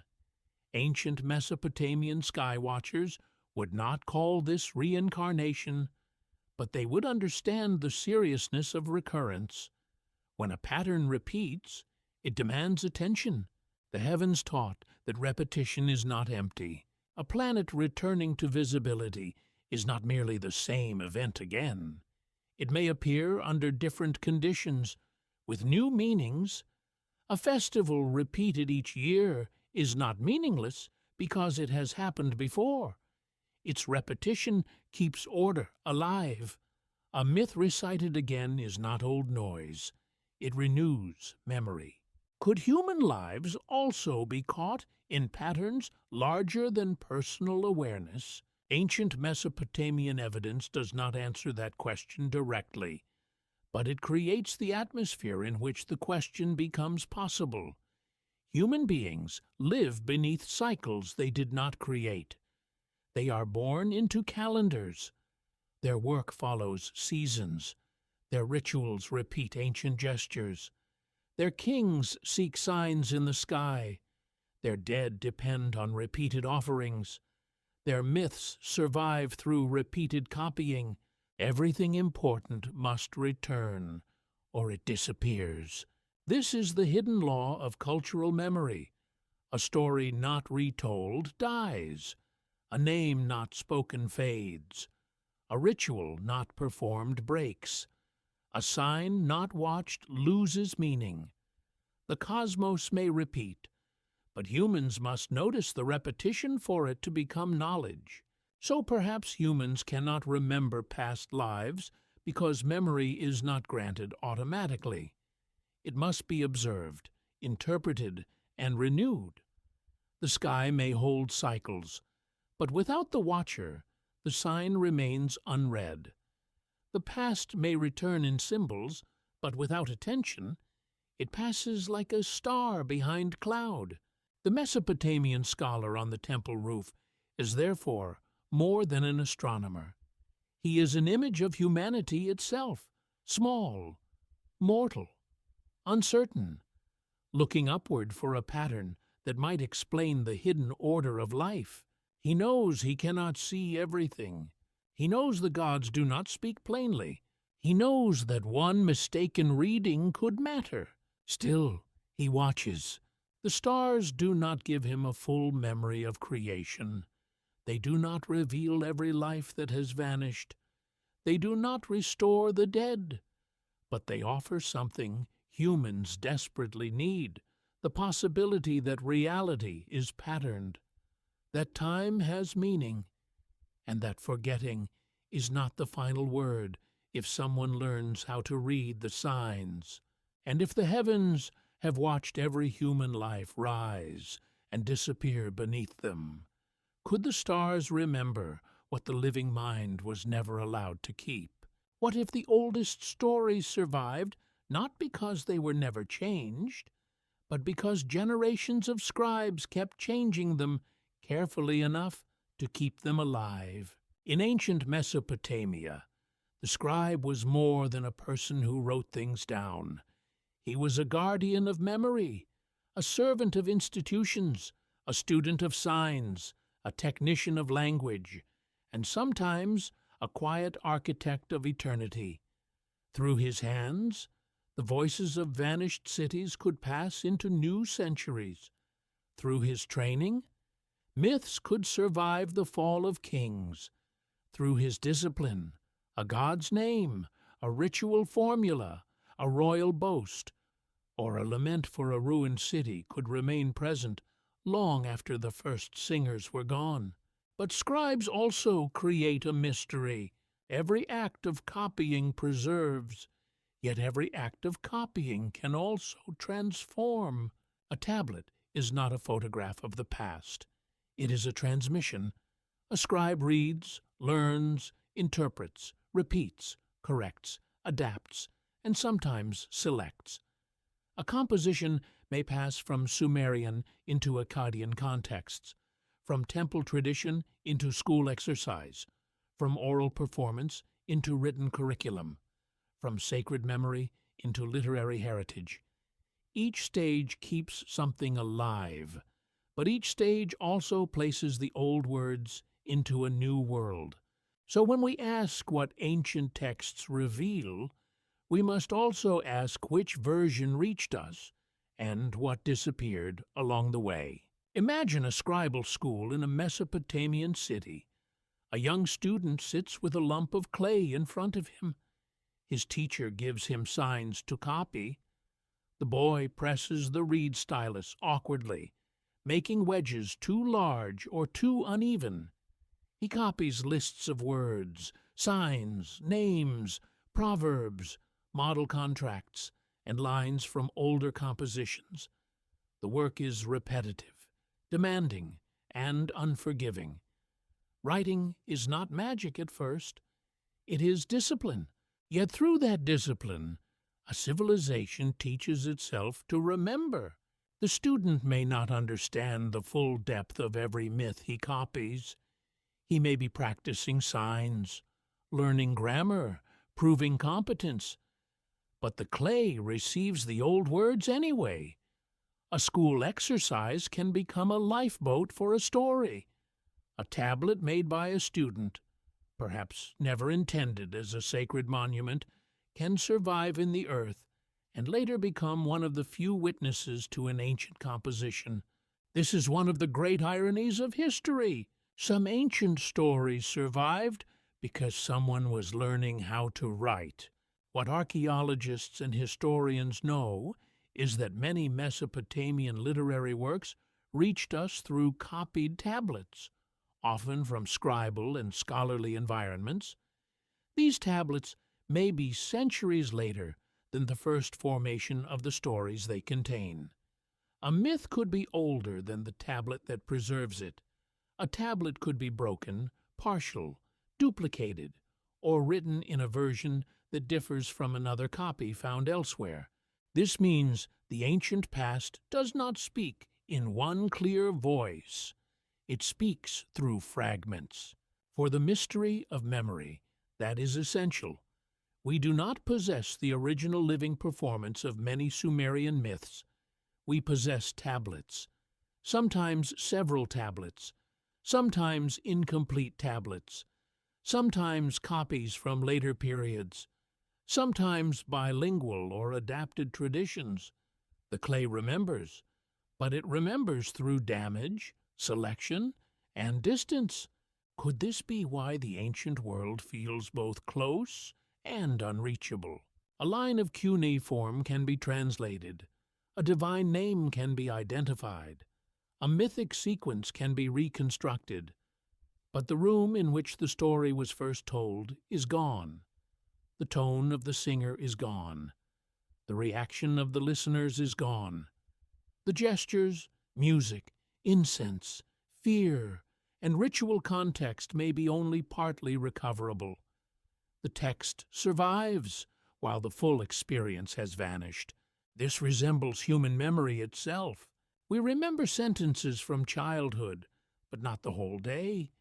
We remember a face, but not every conversation. We remember a feeling, but not the exact cause. The mind preserves fragments and builds continuity around them. Ancient literature reaches us in the same way broken signs surrounded by interpretation. The scribe becomes the figure standing between forgetting and invention. He must copy faithfully, but he cannot stop time from changing meaning. A word once tied to a living ritual may later become a school text. A myth once recited with religious force may later be appreciated as learned tradition. A god worshipped with offerings may later become a name in a lexical list. The text remains, but its world shifts. What happens to sacred memory when the world that produced it is gone? This question is not only ancient, it is happening every time modern readers approach Sumerian texts. We read translations in books or on screens. We discuss gods whose temples are ruins. We analyze myths whose ritual settings are uncertain. We ask modern questions, like why humans cannot remember past lives, of texts that spoke in ancient categories. We are not hearing the tablets as their first audiences did, yet the encounter still has power. Why? Because the copied word can outlive the collapse of its original world. The scribe's labor creates a strange kind of delayed speech. A hand in the ancient past presses signs into clay, and thousands of years later, a modern mind receives them. The dead do not speak directly, but their signs remain active. The tablet is silent until read. Then the old voice rises again in altered form. This is almost a resurrection of memory, but not a complete one. The copied tablet gives life to the text, not to everything the text once meant. It restores a voice, but not the full body of the culture. It lets us glimpse the ancient imagination, but also reminds us of the enormous silence surrounding every surviving line. For the question of forgotten lives, the scribal tradition offers a powerful lesson. Memory depends on transmission, and transmission is never pure. What survives is what is copied, guarded, taught, repeated, and reinterpreted. What is not transmitted may vanish, even if it was once sacred. A human life is similar. It survives through stories told by others, habits passed to children, objects kept in houses, names written on documents, songs remembered, phrases repeated, wounds inherited, recipes prepared, prayers spoken, and sometimes inscriptions or images left behind. But every transmission changes the life it preserves. No descendant remembers an ancestor exactly. No culture remembers its origin without reshaping it. No tablet carries the whole world that created it. This may be one reason past life memory, if imagined through a Mesopotamian lens, cannot be simple. Even if something passes across time, it may not pass as a perfect recording. It may pass as symbol, tendency, fear, attraction, dream, ritual, or pattern. It may be copied by the soul the way a scribe copies a damaged tablet, preserving enough to feel meaning, but not enough to restore certainty. Modern interpretations of ancient Sumer often forget this. They treat tablets as if they were direct windows, perfectly clear and completely intact. But ancient writing is more like a doorway filled with dust. One can enter, but only carefully. The text must be respected for what it says, not forced to confess what we wish it said. This is especially important with mystery subjects. The Sumerian tablets do not need exaggeration to be fascinating. Their real mystery is already immense. The first writing, the first cities, the first recorded myths, the first preserved laments, the first known attempts to place human life inside divine order. These are not small things. They are the earliest surviving architecture of human memory, and scribes built that architecture sign by sign. But there is a final unease. Scribes preserved some stories and not others. They copied some gods more than others. They served institutions that had their own priorities. They lived inside systems of power. Their archives reflect what temples, palaces, schools, and elites considered worth preserving. The voices of farmers, slaves, children, grieving mothers, and ordinary dreamers survive less often. So the clay archive is both a miracle and a filter. It remembers ancient humanity, but unevenly. It preserves myths, but not every interpretation. It records names, but not every life. It gives us the past, but also shows how much of the past was denied passage. The scribe who copied eternity was also the gatekeeper of what could endure, whether knowingly or not.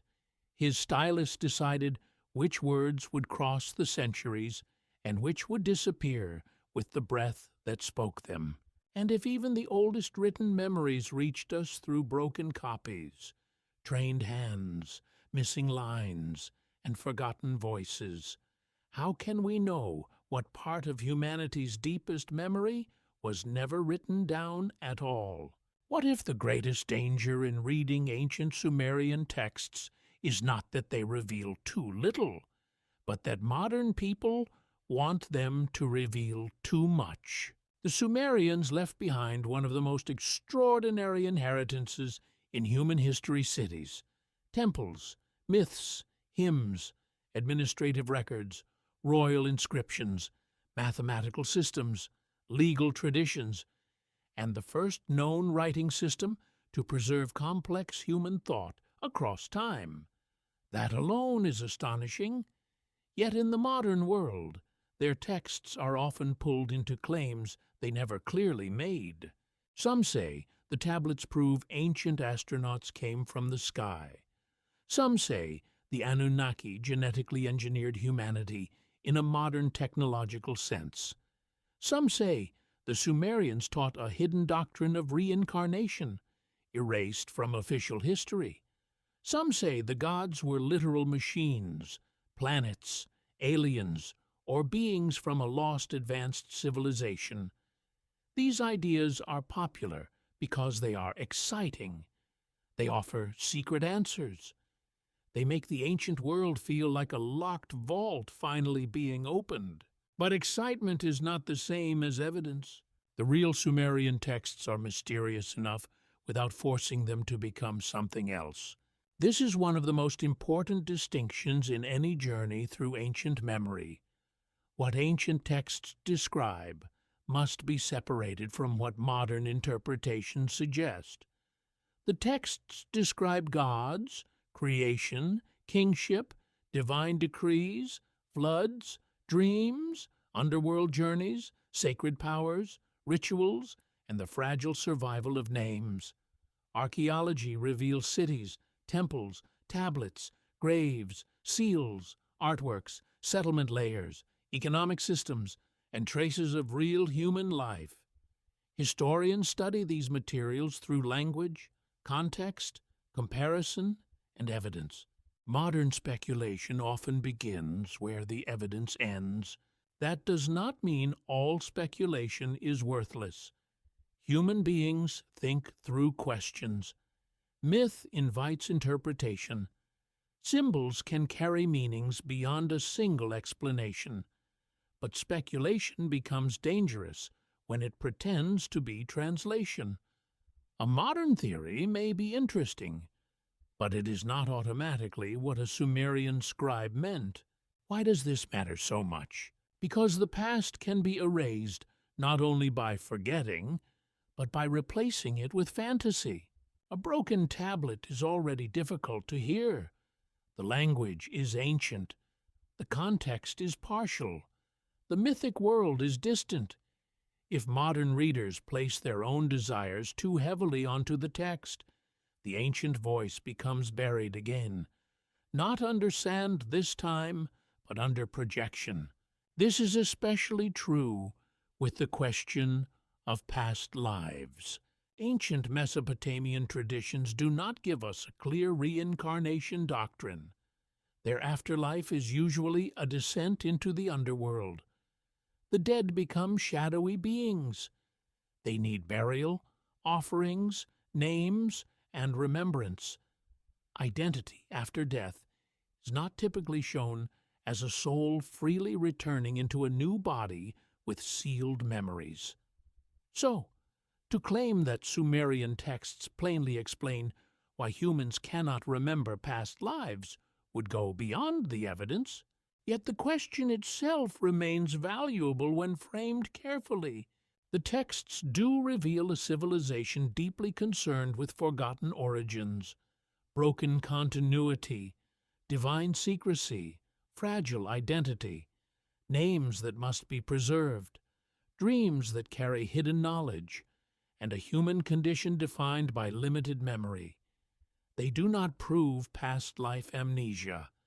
They illuminate the older and wider mystery of why human beings feel separated from the sources that formed them. That is more subtle than a sensational claim, but perhaps more profound. Modern people are often drawn to ancient Sumer because it feels like the beginning of the recorded world. The first cities seem to hold the first answers. The first writing seems like it should contain the first secret. If only we can decode the tablets, perhaps we will finally learn who created us, why we suffer, what happens after death, and why consciousness begins in forgetfulness. But the ancient tablets do not behave like modern conspiracy documents. They do not speak in one hidden code, waiting for one perfect key. They belong to a religious, literary, political, ritual, and administrative world. They were written by people with their own assumptions, fears, institutions, and sacred obligations. A Sumerian scribe was not writing for a 21st century audience seeking proof of alien origins or past life regression. He was writing inside a world of temples, kings, gods, labor, offerings, and divine order. To respect the text is to let it be ancient. That may sound simple, but it is difficult. Modern imagination is hungry. It wants ancient evidence to answer modern anxieties. It wants the Anunnaki to explain human alienation. It wants lost civilizations to explain technological wonder. It wants reincarnation to explain mysterious memories. It wants prophecy to explain fear of the future. It wants ancient authority for modern longing. In this sense, modern interpretation becomes a mirror. When people claim the Sumerians knew the secret of past lives, the claim often reveals something about the modern world, a fear that life is meaningless, a suspicion that official history is incomplete, a longing for cosmic ancestry, a desire to believe that memory has been hidden rather than lost. Could it be that our obsession with Sumerian secrets says as much about us as it does about Sumer? This does not make the obsession foolish, it makes it human. The ancient Mesopotamians also searched for hidden meaning. They read dreams, they watched the sky, they interpreted omens, they preserved names, they feared the silence of the dead, they believed the visible world was not the whole world. In that way, modern mystery seekers and ancient diviners share a deep impulse. Both suspect that ordinary perception is incomplete. The difference lies in method. Ancient scholars worked within their sacred systems of interpretation. Modern researchers work through archaeology, philology, history, anthropology, and comparative study. Modern storytellers may explore symbolic and philosophical possibilities, but they must not disguise imagination as evidence.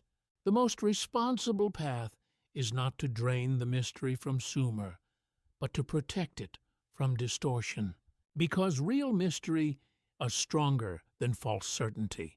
It is more powerful to say, the texts do not clearly teach reincarnation, but they reveal a world obsessed with memory and loss, than to say, the tablets prove past lives were erased by the gods. The first statement opens a deep door. The second closes it with an unsupported answer, and unsupported answers can be strangely boring. They end the search too quickly. The ancient material invites a slower kind of wonder. Why did humans imagine themselves made from clay and divine essence? Why did kings fear the erasure of their names? Why did the dead need offerings? Why did dreams carry authority? Why did destiny belong to divine decrees? Why did civilization's powers seem to descend from beyond humanity? Why did the oldest cities bury themselves in layers like memories inside the earth? These questions do not need exaggeration. They are already vast. The modern world often mistakes mystery for spectacle, but the deepest mysteries are not always the loudest. Sometimes they are quiet, a broken tablet, a name half preserved, a grave without a story, a hymn copied by a student, a city mound rising in the desert, a dream recorded because someone feared it came from the gods. The false memory of the modern world is the belief that ancient truth must look like modern fantasy to be meaningful. It does not. Ancient Sumer matters because it reveals how early humans organized existence around memory, divine power, mortality, labor, ritual, and longing. It shows that from the beginning of writing, people were already trying to hold on to what disappears. They were not simple. They were not primitive minds waiting for modern people to decode them into aliens or secret technologies. They were human beings living inside a sacred cosmos, asking questions that still have not gone silent. So the question of past lives must be handled with care. The Sumerian texts may not tell us that we lived before and forgot, but they do show that human identity has always been surrounded by forces it cannot remember: ancestry, birth, divine order, culture, death, city, ritual, and time. Perhaps what we call a past life is sometimes a modern name for an ancient feeling. The feeling that we are older than our memories. The feeling that our lives are shaped by unseen beginnings. The feeling that something in us is trying to return, not necessarily to another body, but to a truth that was lost before language began. And if modern humanity keeps searching Sumerian tablets for forgotten lives, are we trying to recover the ancient past, or are we trying to find the part of ourselves that history never learned how to remember? What if humans cannot remember past lives because the deepest life we have forgotten is not one individual existence, but the origin of humanity itself? That question has been waiting beneath every clay tablet, every underworld gate, every royal name, every burial offering, every dream, every flood story, every divine decree, and every buried city. It is the question that ancient Mesopotamia never answers in the way modern curiosity wants, yet never allows us to escape. The Sumerian and Akkadian texts do not give a simple doctrine saying that human souls return again and again while their memories are erased. They do not offer a clear map of reincarnation. They do not present past life amnesia as a system. Their afterlife is often darker, lower, and more dependent on ritual care. The dead descend. Names must be remembered. Offerings must be given. Ghosts may become restless. Identity can thin into shadow, but these ancient texts reveal something just as haunting. They show human beings as creatures who wake inside a world already filled with hidden decisions. Humanity is shaped from earthly material and touched by divine force. Kingship descends from heaven. The flood cuts time in two. Civilization's sacred powers are held by gods before cities receive them. Destiny is decreed beyond human sight. Dreams carry messages no waking mind can summon. The dead depend on the living. The city remembers through clay because the body cannot. Everywhere, the same pattern appears. Humans arrive late.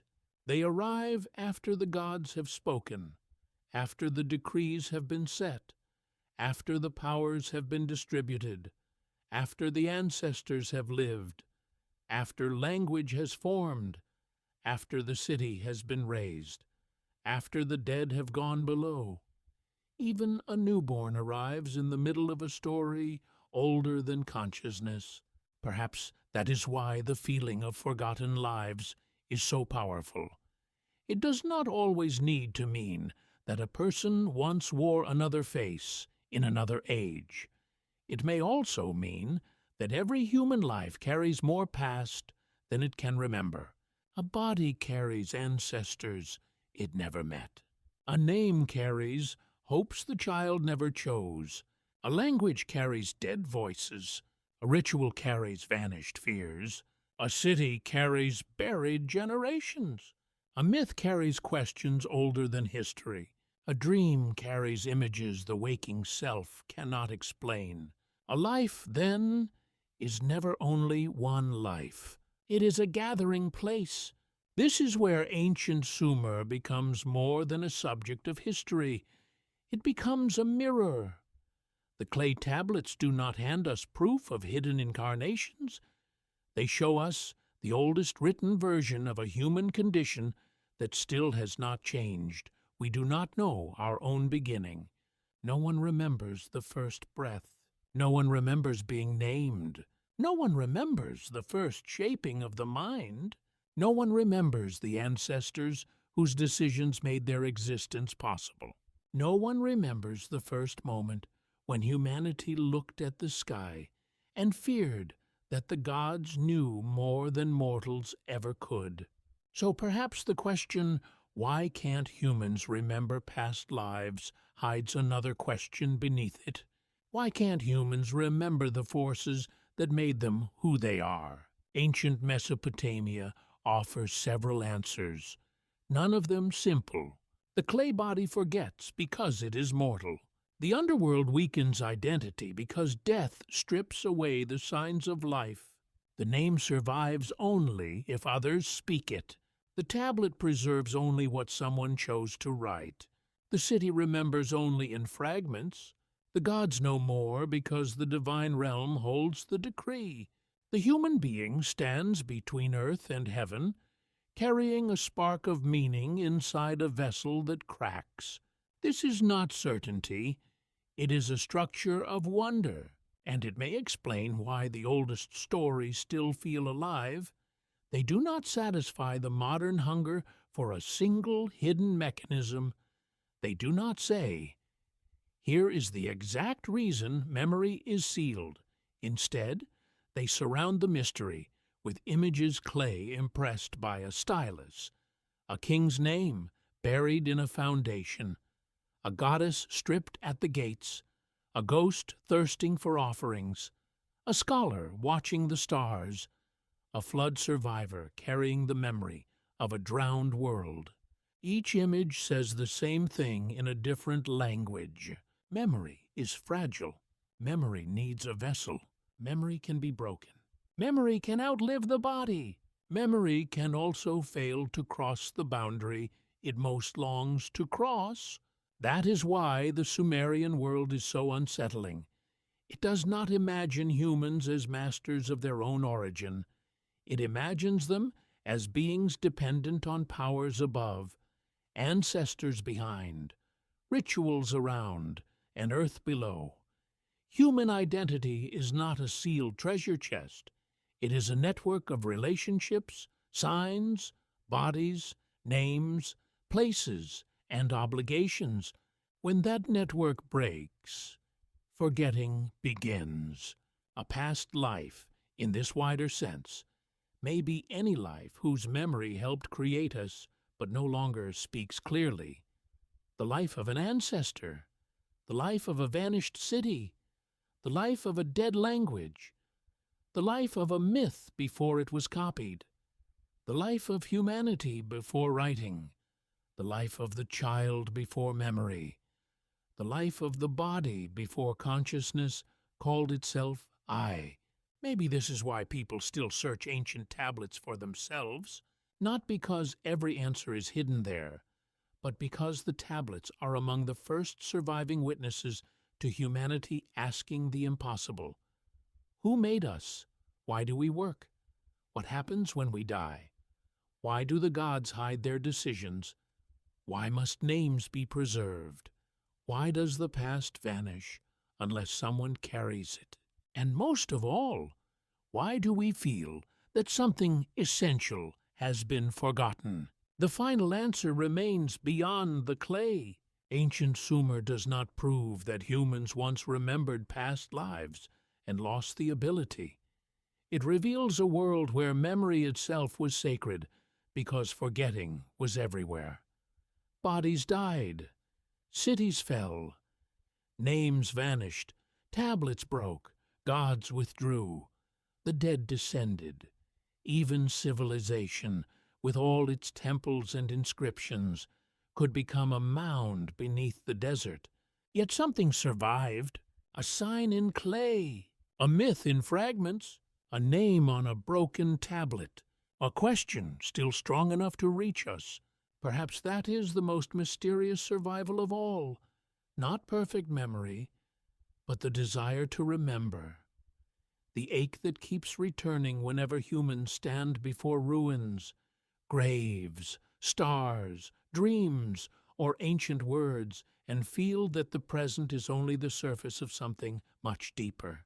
Whether these stories preserve symbolic teachings, religious beliefs, cultural memory, or humanity's earliest written struggle with origin and death, they continue to point toward one unfinished mystery.